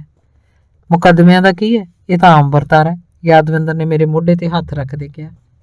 ਇਸ ਤੋਂ ਬਾਅਦ ਹੀ ਅਸੀਂ ਕਾਫੀ ਦੇਰ ਇਸ ਸੰਬੰਧੀ ਚਰਚਾ ਕਰਦੇ ਰਹੇ। ਯਾਦਵਿੰਦਰ ਦੀਆਂ ਗੱਲਾਂ ਸੁਣ ਕੇ ਜਿਵੇਂ ਮੇਰੇ ਅੰਦਰ ਇੱਕ ਨਵੀਂ ਤਾਕਤ ਤੇ ਜੋਸ਼ ਭਰ ਗਿਆ ਸੀ। ਇਹ ਗੱਲਾਂ ਮਹਾਭਾਰਤ ਵਿਚਲੇ ਗੀਤਾ ਸਾਰ ਵਰਗੀਆਂ ਹੀ ਸੀ। ਇੱਕ ਵਾਰ ਪਹਿਲਾਂ ਵੀ ਮੈਂ ਆਪਣੇ ਵਕੀਲ ਕੋਲੋਂ ਅਜਿਹਾ ਗੀਤਾ ਸਾਰ ਸੁਣ ਚੁੱਕਿਆ ਸੀ। ਉਸ ਦਿਨ ਇਸ ਗੀਤਾ ਉਪਦੇਸ਼ ਨੂੰ ਦੂਜੀ ਵਾਰ ਸੁਣਿਆ ਤੇ ਮੈਨੂੰ ਆਪਣੇ ਸਰੀਰ 'ਚ ਇੱਕ ਅਜੀਬ ਤੇ ਨਵੀਂ ਕਿਸਮ ਦੀ ਸ਼ਕਤੀ ਮਹਿਸੂਸ ਹੋਣ ਲੱਗ ਪਈ। ਮੈਂ ਮਹਿਸੂਸ ਕੀਤਾ ਕਿ ਮੈਂ ਵੀ ਅਰਜਨ ਵਾਂਗ ਹੀ ਹਥਿਆਰ ਸੁੱਟ ਗਿਆ ਸੀ ਤੇ ਯਾਦਵਿੰਦਰ ਮੈਨੂੰ ਕ੍ਰਿਸ਼ਨ ਬਣ ਕੇ ਰਣ ਭੂਮੀ 'ਚ ਡਟਣ ਲਈ ਹੌਸਲਾ ਦੇ ਕੇ ਫਿਰ ਤੋਂ ਆਪਣੇ ਹੱਕ ਲਈ ਲੜਨ ਲਈ ਤਿਆਰ ਕਰ ਗਿਆ ਸੀ। ਮੈਂ ਉਸੇ ਤਰ੍ਹਾਂ ਹੀ ਕੀਤਾ। ਪਹਿਲਾਂ ਤਾਂ ਆਪਣਾ ਹੁਲੀਆ ਬਦਲਿਆ, ਫਿਰ ਮੇਰੇ ਵਾਂਗ ਢੀਚਕ ਜਿਹੇ ਬਣ ਚੁੱਕੇ ਮੋਟਰਸਾਈਕਲ ਦੀ ਮੁਰੰਮਤ ਕਰਾਈ, ਉਹਦੇ ਟਾਇਰ ਟਿਊਬ ਤੱਕ ਵੀ ਬਦਲ ਕੇ ਉਹਨੂੰ ਯੈਂਕੀ ਜਿਹਾ ਬਣਾ ਲਿਆ। ਉਸੇ ਦਿਨ ਇੱਕ ਮਹਿੰਗਾ ਮੋਬਾਈਲ ਵੀ ਲੈ ਲਿਆ। ਦੁਪਹਿਰੋਂ ਬਾਅਦ ਮੈਂ 3-4 ਨਵੀਆਂ ਜੀਨਾਂ ਤੇ ਟੀ-ਸ਼ਰਟਾਂ ਖਰੀਦਣ ਤੋਂ ਇਲਾਵਾ ਘਰ ਪਾਉਣ ਲਈ 3 ਮਹਿੰਗੇ ਤੇ ਟੌਰੀ ਜੇ ਕੁੜਤੇ ਪਜਾਮੇ ਦਰਜੀ ਨੂੰ ਸਿਉਣੇ ਵੀ ਦੇ ਆਇਆ। ਦਿਨ ਢਲੇ ਮੈਂ ਘਰ ਵਾਪਸ ਆ ਗਿਆ ਤੇ ਯਾਦਵਿੰਦਰ ਨੂੰ ਇਹ ਸਭ ਕੁਝ ਵਿਖਾਉਣ ਲਈ ਨਵੇਂ ਮੋਬਾਈਲ ਤੋਂ ਪਹਿਲਾਂ ਫੋਨ ਕਰਕੇ ਘਰ ਸੱਦ ਲਿਆ। ਕਿਣਮਿਣ ਕਾਰਨ ਮੌਸਮ ਵੀ ਸੁਹਾਣਾ ਹੋ ਗਿਆ ਸੀ। ਜਦ ਯਾਦਵਿੰਦਰ ਨੇ ਇਹਨਾਂ ਸਭ ਨਵੀਆਂ ਚੀਜ਼ਾਂ ਦੀ ਪਾਰਟੀ ਮੰਗੀ ਤਾਂ ਮੈਂ ਨਾ ਕਰ ਸਕਿਆ। ਜਦ ਮੈਂ ਉਹਦੀ ਪਸੰਦੀਦਾ ਦਾਰੂ ਦੀ ਬੋਤਲ ਕੱਢ ਕੇ ਮੇਜ਼ ਤੇ ਰੱਖੀ ਤੇ ਆਖਣ ਲੱਗਾ, ਇਹ ਪਾਰਟੀ ਇੱਥੇ ਨਹੀਂ ਕਰਨੀ, ਉਸ ਰਣ ਭੂਮੀ 'ਚ ਹੀ ਚੱਲ, ਨਾਲੇ ਸਾਰੇ ਜਵਾਕਾਂ ਨੂੰ ਸੱਦ ਲੈ, ਇਹਨਾਂ ਦੀ ਵੀ ਉੱਥੇ ਮਸਤੀ ਕਰਵਾ ਦਿੰਦੇ ਆ। ਸਾਰੀ ਬੱਚਾ ਪਾਰਟੀ ਨੂੰ ਲੈ ਕੇ ਖਾਣ ਪੀਣ ਦਾ ਸਮਾਨ ਕੱਚੇ ਮਾਰ ਅਸੀਂ ਦੋਵੇਂ ਉਸ ਘਰ ਚਲੇ ਗਏ। ਉਸ ਘਰ ਜਾ ਕੇ ਯਾਦਵਿੰਦਰ ਨੇ ਬੱਚਿਆਂ ਨੂੰ ਆਪਣੇ ਕੋਲ ਸੱਦ ਲਿਆ ਤੇ ਆਖਣ ਲੱਗਾ, ਇੱਥੇ ਜਿੰਨਾ ਮਰਜ਼ੀ ਖੇਡ ਲਓ, ਘਰੇ ਅਸੀਂ ਤੁਹਾਨੂੰ ਮਨਾ ਕਰਦੇ ਹੁੰਦੇ ਆ ਨਾ, ਰੌਲਾ ਨਹੀਂ ਪਾਉਣਾ, ਹੁਣ ਤੁਹਾਨੂੰ ਖੁੱਲੀ ਛੁੱਟੀ, ਜਿੰਨਾ ਮਰਜ਼ੀ ਰੌਲਾ ਪਾ ਲਓ। ਉਹਦੇ ਇੰਨਾ ਆਖਣ ਦੀ ਦੇਰ ਸੀ ਕਿ ਬੱਚਿਆਂ ਨੇ ਰੌਲਾ ਪਾਉਣਾ ਸ਼ੁਰੂ ਕਰਤਾ। ਉਹ ਹੁੜਦੁੰਗ ਮਚਾਉਂਦੇ ਆਪੋ ਆਪਣੀ ਖੇਡ 'ਚ ਮਸਤ ਹੋ ਗਏ। ਅਸੀਂ ਆਪਣੀਆਂ ਗਲਾਸੀਆਂ ਟਕਰਾ ਕੇ ਗੱਲਾਂ ਕਰਨੀਆਂ ਸ਼ੁਰੂ ਕਰਤੀਆਂ। ਸਾਡੇ ਗੱਲਾਂ ਕਰਦੇ ਕਰਦੇ ਮੇਰੀ ਛੋਟੀ ਬੇਟੀ ਨੰਨੂ ਰੋਂਦੀ ਹੋਈ ਸਾਡੇ ਕੋਲ ਆ ਗਈ। ਪਾਪਾ ਵੇਖੋ, ਮੈਂ ਘਰ ਬਣਾਉਣੀ ਆ, ਇਹ ਸਾਰੇ ਰਲ ਕੇ ਢਾਹ ਜਾਂਦੇ ਆ। ਉਹਨੇ ਦੂਜੇ ਵੱਡੇ ਬੱਚਿਆਂ ਦੀ ਸ਼ਿਕਾਇਤ ਲਾਈ। ਕੋਈ ਨਹੀਂ ਪੁੱਤ, ਤੂੰ ਆਪਣਾ ਘਰ ਪਰਲੇ ਪਾਸੇ ਜਾ ਕੇ ਬਣਾ ਲੈ। ਮੈਂ ਉਹਨੂੰ ਸੁਭਾਵਕ ਹੀ ਆਖ ਦਿੱਤਾ। ਉਹ ਚੁੱਪ ਕਰਕੇ ਮੁੜ ਗਈ। ਅਜੇ 5 ਕੁ ਮਿੰਟ ਹੀ ਹੋਏ ਸੀ, ਉਹ ਰੋਂਦੀ ਫਿਰ ਦੁਬਾਰਾ ਆ ਗਈ। ਫਿਰ ਉਹੀ ਸ਼ਿਕਾਇਤ ਲਾਉਣ ਲੱਗ ਪਈ। ਕੋਈ ਨਾ ਪੁੱਤ, ਤੂੰ ਕਿਸੇ ਹੋਰ ਪਾਸੇ ਜਾ ਕੇ ਖੇਡ ਲੈ, ਮੈਂ ਉਹਨੂੰ ਆਪਣੇ ਨਾਲ ਲਾਉਂਦਿਆਂ ਵਰਾਉਣ ਦੇ ਢੰਗ ਨਾਲ ਆਖਿਆ।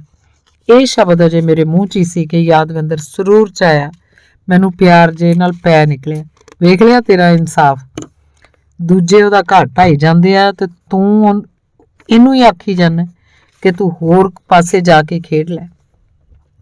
ਬੇਇਨਸਾਫੀ ਤਾਂ ਇਹਦੇ ਨਾਲ ਹੋਈ ਏ ਤੇ ਤੂੰ ਜ਼ੋਰਾਂਵਰਾਂ ਨੂੰ ਝਿੜਕਣ ਦੀ ਬਜਾਏ ਇਸ ਮੁਲਜ਼ਮ ਨੂੰ ਹੀ ਆਖੀ ਜਾਂਦਾ ਕਿਸੇ ਹੋਰ ਪਾਸੇ ਜਾ ਕੇ ਖੇਡ ਲੈ। ਬੱਲੇ ਹੋਏ ਤੇਰੇ, ਆਖਦਾ ਹੋਇਆ ਨੰਨੂ ਨੂੰ ਬਾਹੋਂ ਫੜ ਕੇ ਉਹਦੇ ਢੱਠੇ ਘਰ ਕੋਲ ਲੈ ਗਿਆ।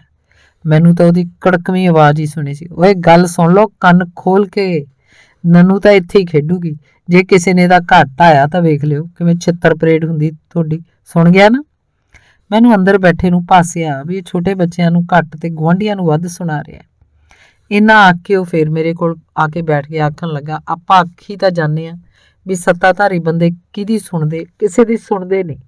ਹੁਣ ਤਾਂ ਤੂੰ ਹੀ ਦੱਸ, ਤੇਰਾ 2 ਪੈਗ ਪੀ ਕੇ ਬਾਹਰ ਵਿਹੜੇ ਤੱਕ ਜਾਣ ਨੂੰ ਜੀ ਨਹੀਂ ਕੀਤਾ। ਜਿਹੜੇ ਬੰਦੇ ਰਹਿੰਦੇ ਹੀ ਸਦਾ ਨਸ਼ੇ 'ਚ ਹੈ, ਉਹਨਾਂ ਦਾ ਉੱਠਣ ਨੂੰ ਕਿੱਥੋਂ ਜੀ ਕਰਦਾ ਹੋਊਗਾ। ਆਹੀ ਫਰਕ ਹੈ ਸਰਕਾਰਾਂ ਦਾ। ਇੱਕ ਤਾਂ ਨਸ਼ੇ 'ਚ ਬੈਠੀਆਂ ਹੀ ਆਖਦੀਆਂ ਰਹਿੰਦੀਆਂ, ਜਾਓ ਪਰੇ ਹੋ ਕੇ ਖੇਡੋ, ਚਾਹੇ ਲੜੋ ਚਾਹੇ ਮਰੋ, ਪਰ ਸਾਨੂੰ ਤੰਗ ਨਾ ਕਰੋ, ਤੇ ਦੂਜੀਆਂ ਝੱਟ ਦੇਣੇ ਉੱਠ ਕੇ ਮਾਸੂਮਾਂ ਦੀ ਮਦਦ ਕਰਨ ਲੱਗ ਪੈਂਦੀਆਂ ਨੇ। ਯਾਰ, ਆਪਣੇ ਦੇਸ਼ 'ਚ ਇਹੋ ਜਿਹੀਆਂ ਸਰਕਾਰਾਂ ਕਦੋਂ ਬਣਨਗੀਆਂ? ਉਸ ਵੇਲੇ ਮੈਨੂੰ ਉਹਦੇ ਨਾਲ ਬੱਚਿਆਂ ਕੋਲ ਨਾ ਜਾਣ ਦਾ ਅਫਸੋਸ ਵੀ ਹੋਇਆ ਸੀ, ਪਰ ਮੈਂ ਆਪਣੀ ਇਸ ਨਾਕਾਮੀ ਨੂੰ ਛੁਪਾਉਣ ਲਈ ਉਹਦੀ ਗੱਲ ਨੂੰ ਟਾਲਣ ਦੀ ਕੋਸ਼ਿਸ਼ ਕਰ ਰਿਹਾ ਸੀ। ਆਪਣੇ ਦੇਸ਼ 'ਚ ਅਜਿਹੀਆਂ ਸਰਕਾਰਾਂ ਉਦੋਂ ਤੱਕ ਨਹੀਂ ਆਉਣੀਆਂ ਜਦੋਂ ਤੱਕ ਤੇਰੇ ਵਰਗੇ ਪੜ੍ਹੇ ਲਿਖੇ ਤੇ ਚੇਤੰਨ ਬੰਦੇ ਆਪਣੇ ਹੱਕਾਂ ਦਾ ਸਹੀ ਇਸਤੇਮਾਲ ਨਹੀਂ ਕਰਨ ਲੱਗਦੇ ਤੇ ਘੇਸਲ ਮਾਰ ਕੇ ਸੁੱਤੀਆਂ ਹੋਈਆਂ ਘੋਗਲ ਕੰਨੀਆਂ ਸਰਕਾਰਾਂ ਨੂੰ ਹੁੱਜਾ ਮਾਰ ਕੇ ਜਾਗਣ ਲਈ ਮਜਬੂਰ ਨਹੀਂ ਕਰਨ ਲੱਗ ਪੈਂਦੇ। ਉਹ ਪੈਗ ਅੰਦਰ ਲੰਘਾਉਂਦਾ ਤਰਾਰੇ ਜੇ 'ਚ ਆ ਕੇ ਬੋਲਿਆ। ਅਸੀਂ ਘੰਟੇ ਦੇ ਕਰੀਬ ਉੱਥੇ ਬੈਠੇ ਰਹੇ ਹਾਂ, ਪਰ ਫਿਰ ਨੰਨੂ ਦਾ ਬਣਾਇਆ ਘਰ ਢਾਉਣ ਦਾ ਕਿਸੇ ਵੀ ਬੱਚੇ ਨੇ ਹਿਆ ਨਾ ਕੀਤਾ। ਉਹ ਡਰ ਦੇ ਮਾਰੇ ਉਸ ਵਾਲੇ ਪਾਸੇ ਗਏ ਵੀ ਨਹੀਂ ਸੀ। ਉਂਝ ਬੱਚਿਆਂ ਦੇ ਸ਼ੋਰ ਸ਼ਰਾਬੇ ਕਾਰਨ ਅੱਜ ਕਈ ਦਿਨਾਂ ਬਾਅਦ ਸੁੰਨਾ ਪਿਆ ਇਹ ਘਰ ਵਸਤੇ ਰਸਤੇ ਘਰਾਂ 'ਚ ਸ਼ਾਮਲ ਹੋਇਆ ਲੱਗਦਾ ਸੀ। ਕਈ ਦਿਨਾਂ ਬਾਅਦ ਲਾਲ ਪਰੀ ਗਲੇ ਅੰਦਰ ਲੰਘਣ ਕਾਰਨ ਮੈਂ ਉਸ ਰਾਤ ਨੂੰ ਮਾੜੀ ਜੀ ਚੈਨ ਦੀ ਨੀਂਦ ਸੌਂ ਸਕਿਆ ਸੀ। ਸਵੇਰ ਨੂੰ ਉੱਠਣ ਵੇਲੇ ਮੈਂ ਆਪਣੇ ਆਪ ਨੂੰ ਫੁੱਲ ਵਾਂਗ ਹੌਲਾ ਮਹਿਸੂਸ ਕਰ ਰਿਹਾ ਸੀ। ਮੇਰਾ ਦਿਲ ਕੀਤਾ ਮੈਂ ਸੈਰ ਕਰਨ ਜਾਵਾਂ, ਪਰ ਜਦ ਘੜੀ ਵੱਲ ਨਿਗਾਹ ਮਾਰੀ ਤਾਂ ਪਤਾ ਲੱਗਾ ਮੇਰੇ ਕੋਲ ਸੈਰ ਜੋਗਾ ਵੇਲਾ ਨਹੀਂ ਸੀ। ਨਹਾ ਧੋ ਕੇ ਜਦ ਨਵੇਂ ਕੱਪੜੇ ਪਾ ਕੇ ਸ਼ੀਸ਼ੇ ਅੱਗੇ ਖੜਾ ਹੋਇਆ ਤਾਂ ਮੈਨੂੰ ਆਪਣੇ ਆਪ ਦੀ ਪਹਿਚਾਣ ਹੀ ਨਾ ਆਈ। ਕਈ ਦਿਨਾਂ ਬਾਅਦ ਮੇਰੇ ਨਵੇਂ ਕੱਪੜੇ ਪਾਏ ਹੋਏ ਵੇਖ ਕੇ ਬੱਚੇ ਵੀ ਪੂਰੇ ਖੁਸ਼ ਸਨ। ਉਹ ਆਪਣੀ ਖੁਸ਼ੀ ਮੂੰਹੋਂ ਆਖ ਕੇ ਤਾਂ ਨਹੀਂ ਦੱਸ ਸਕਦੇ ਸੀ, ਪਰ ਉਹਨਾਂ ਦੇ ਸਵੇਰੇ ਸਵੇਰੇ ਨੱਚਣ ਕੁੱਦਣ ਤੇ ਹੱਸਦੇ ਸਕੂਲ ਜਾਣ ਲਈ ਤਿਆਰ ਹੋ ਜਾਣ ਦੇ ਕਾਰਨ ਮੈਂ ਉਹਨਾਂ ਦੀ ਅੰਦਰੂਨੀ ਭਾਵਨਾ ਨੂੰ ਬਿਨਾਂ ਬੋਲੇ ਜਾਂ ਸੁਣੇ ਸਮਝ ਰਿਹਾ ਸੀ। ਇਹ ਮੈਨੂੰ ਚੰਗਾ ਵੀ ਲੱਗਿਆ ਸੀ। ਸਕੂਲ 'ਚ ਵੀ ਸਭ ਨੂੰ ਮੇਰੀ ਨਵੀਂ ਦਿੱਖ ਸਭ ਵੇਖ ਕੇ ਹੈਰਾਨੀ ਹੋਈ। ਕਲਰਕ ਪਰਮਿੰਦਰ ਖਹਿਰਾ, ਜਿਹੜਾ ਕਿ ਹਰ ਵਕਤ ਮੇਰੇ ਨਾਲ ਹਾਸਾ ਠੱਠਾ ਕਰਦਾ ਰਹਿੰਦਾ ਸੀ, ਮੈਨੂੰ ਵੇਖਦਿਆਂ ਸਰ ਬੋਲਿਆ, ਆਹ ਨਵਾਂ ਸੂਟ ਤਾਂ ਪੁਲਿਸ ਵਾਲੇ ਮਾਮਾ ਜੀ ਨੇ ਦਿੱਤਾ ਲੱਗਦਾ। ਨਹੀਂ, ਤੇਰੀ ਜੱਜ ਮਾਸੀ ਨੇ ਭੇਜਿਆ। ਵੀ ਮੇਰੇ ਭਾਂਜੇ ਦਾ ਦੋਸਤ ਬਾਲਾ ਹੀ ਦੁਖੀ ਹੈ, ਸ਼ਾਇਦ ਨਵੇਂ ਸੂਟ ਨਾਲ ਹੀ ਖੁਸ਼ ਹੋ ਜਾਏ। ਮੈਂ ਵੀ ਉਸੇ ਅੰਦਾਜ਼ 'ਚ ਨਹਿਲੇ ਤੇ ਦਹਿਲਾ ਮਾਰਿਆ। ਮੈਂ ਮਨ ਹੀ ਮਨ ਇਹ ਫੈਸਲਾ ਕਰ ਲਿਆ ਸੀ ਕਿ ਮੈਂ ਕਿਸੇ ਨੂੰ ਵੀ ਆਪਣੇ ਮੁਕੱਦਮੇ ਦਾ ਕੋਈ ਵੀ ਨਕਾਰਾਤਮਕ ਪੱਖ ਨਹੀਂ ਦੱਸਣਾ। ਅਸਲ 'ਚ ਸਟੇ ਤੋਂ ਬਿਨਾਂ ਮੇਰੇ ਵਿਰੁੱਧ ਹੋਰ ਕੁਝ ਹੈ ਵੀ ਨਹੀਂ ਸੀ। ਮੈਂ ਮਹਿਸੂਸ ਕੀਤਾ ਕਿ ਸਿੱਖਿਆ ਵਿਭਾਗ ਦੇ ਲਗਭਗ 99% ਮੁਲਾਜ਼ਮਾਂ ਨੂੰ ਅਦਾਲਤਾਂ ਤੇ ਥਾਣਿਆਂ ਦੀ ਅਸਲ ਕਾਰਜਕਾਰੀ ਬਾਰੇ ਸਿਰਫ ਇੰਨਾ ਕੁ ਹੀ ਗਿਆਨ ਹੁੰਦਾ ਹੈ ਵੀ ਜੇ ਤੁਹਾਡੀ ਸ਼ਿਕਾਇਤ ਚੌਂਕੀ 'ਚ ਦਰਜ ਨਹੀਂ ਹੁੰਦੀ ਤਾਂ ਥਾਣੇ 'ਚ ਥਾਣੇਦਾਰ ਕੋਲ ਚਲੇ ਜਾਓ। ਜੇ ਉਹ ਵੀ ਤੁਹਾਡੀ ਸੁਣਾਈ ਨਹੀਂ ਕਰਦਾ ਤਾਂ ਉਹ ਤੋਂ ਅਗਾਂਹ ਫਲਾਣੇ ਕੋਲ ਚਲੇ ਜਾਓ। ਸਿਰਫ 1% ਤੋਂ ਵੀ ਘੱਟ ਬੰਦਿਆਂ ਨੂੰ ਪਤਾ ਹੈ ਕਿ ਇਹਨਾਂ ਅਖੌਤੀ ਨਿਆਂ ਦੇਣ ਵਾਲੀਆਂ ਸੰਸਥਾਵਾਂ 'ਚ ਬੰਦੇ ਦੀ ਕਿੰਨੀ ਰਗੜਾਈ ਹੁੰਦੀ ਹੈ। ਉਹਨਾਂ ਵਿੱਚੋਂ ਵੀ ਬਹੁ ਗਿਣਤੀ ਤਾਂ ਮੇਰੇ ਵਰਗੇ ਉਹਨਾਂ ਵਿਅਕਤੀਆਂ ਦੀ ਹੀ ਹੈ ਜਿਨ੍ਹਾਂ ਨੂੰ ਧੱਕੇ ਨਾਲ ਇਹਨਾਂ ਥਾਵਾਂ ਤੇ ਘੜੀਸਿਆ ਜਾਂਦਾ ਹੈ।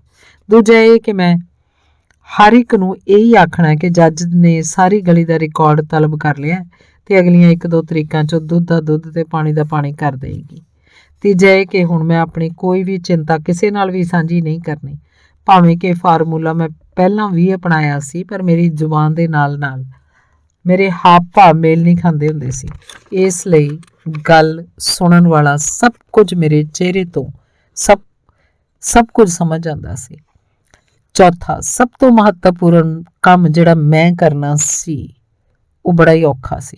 ਉਹ ਇਹ ਸੀ ਕਿ ਆਪਣੇ ਘਰਦਿਆਂ ਨੂੰ ਇਹ ਸਮਝਾਉਣਾ ਕਿ ਮੈਂ ਇਸ ਮਾਮਲੇ ਦੀ ਚਿੰਤਾ ਤੋਂ ਪੂਰੀ ਤਰ੍ਹਾਂ ਬੇਫਿਕਰ ਹੋ ਚੁੱਕਾ। ਮੈਨੂੰ ਇਹ ਵੀ ਯਕੀਨ ਸੀ ਕਿ ਮੈਨੂੰ ਬੇਫਿਕਰਾ ਤੇ ਬੇਪਰਵਾਹੀ 'ਚ ਵੇਖ ਕੇ ਉਹਨਾਂ ਦਾ ਅੱਧਾ ਦੁੱਖ ਤਾਂ ਆਪਣੇ ਆਪ ਹੀ ਕੱਟਿਆ ਜਾਣਾ ਸੀ। ਧੰਨਵਾਦ।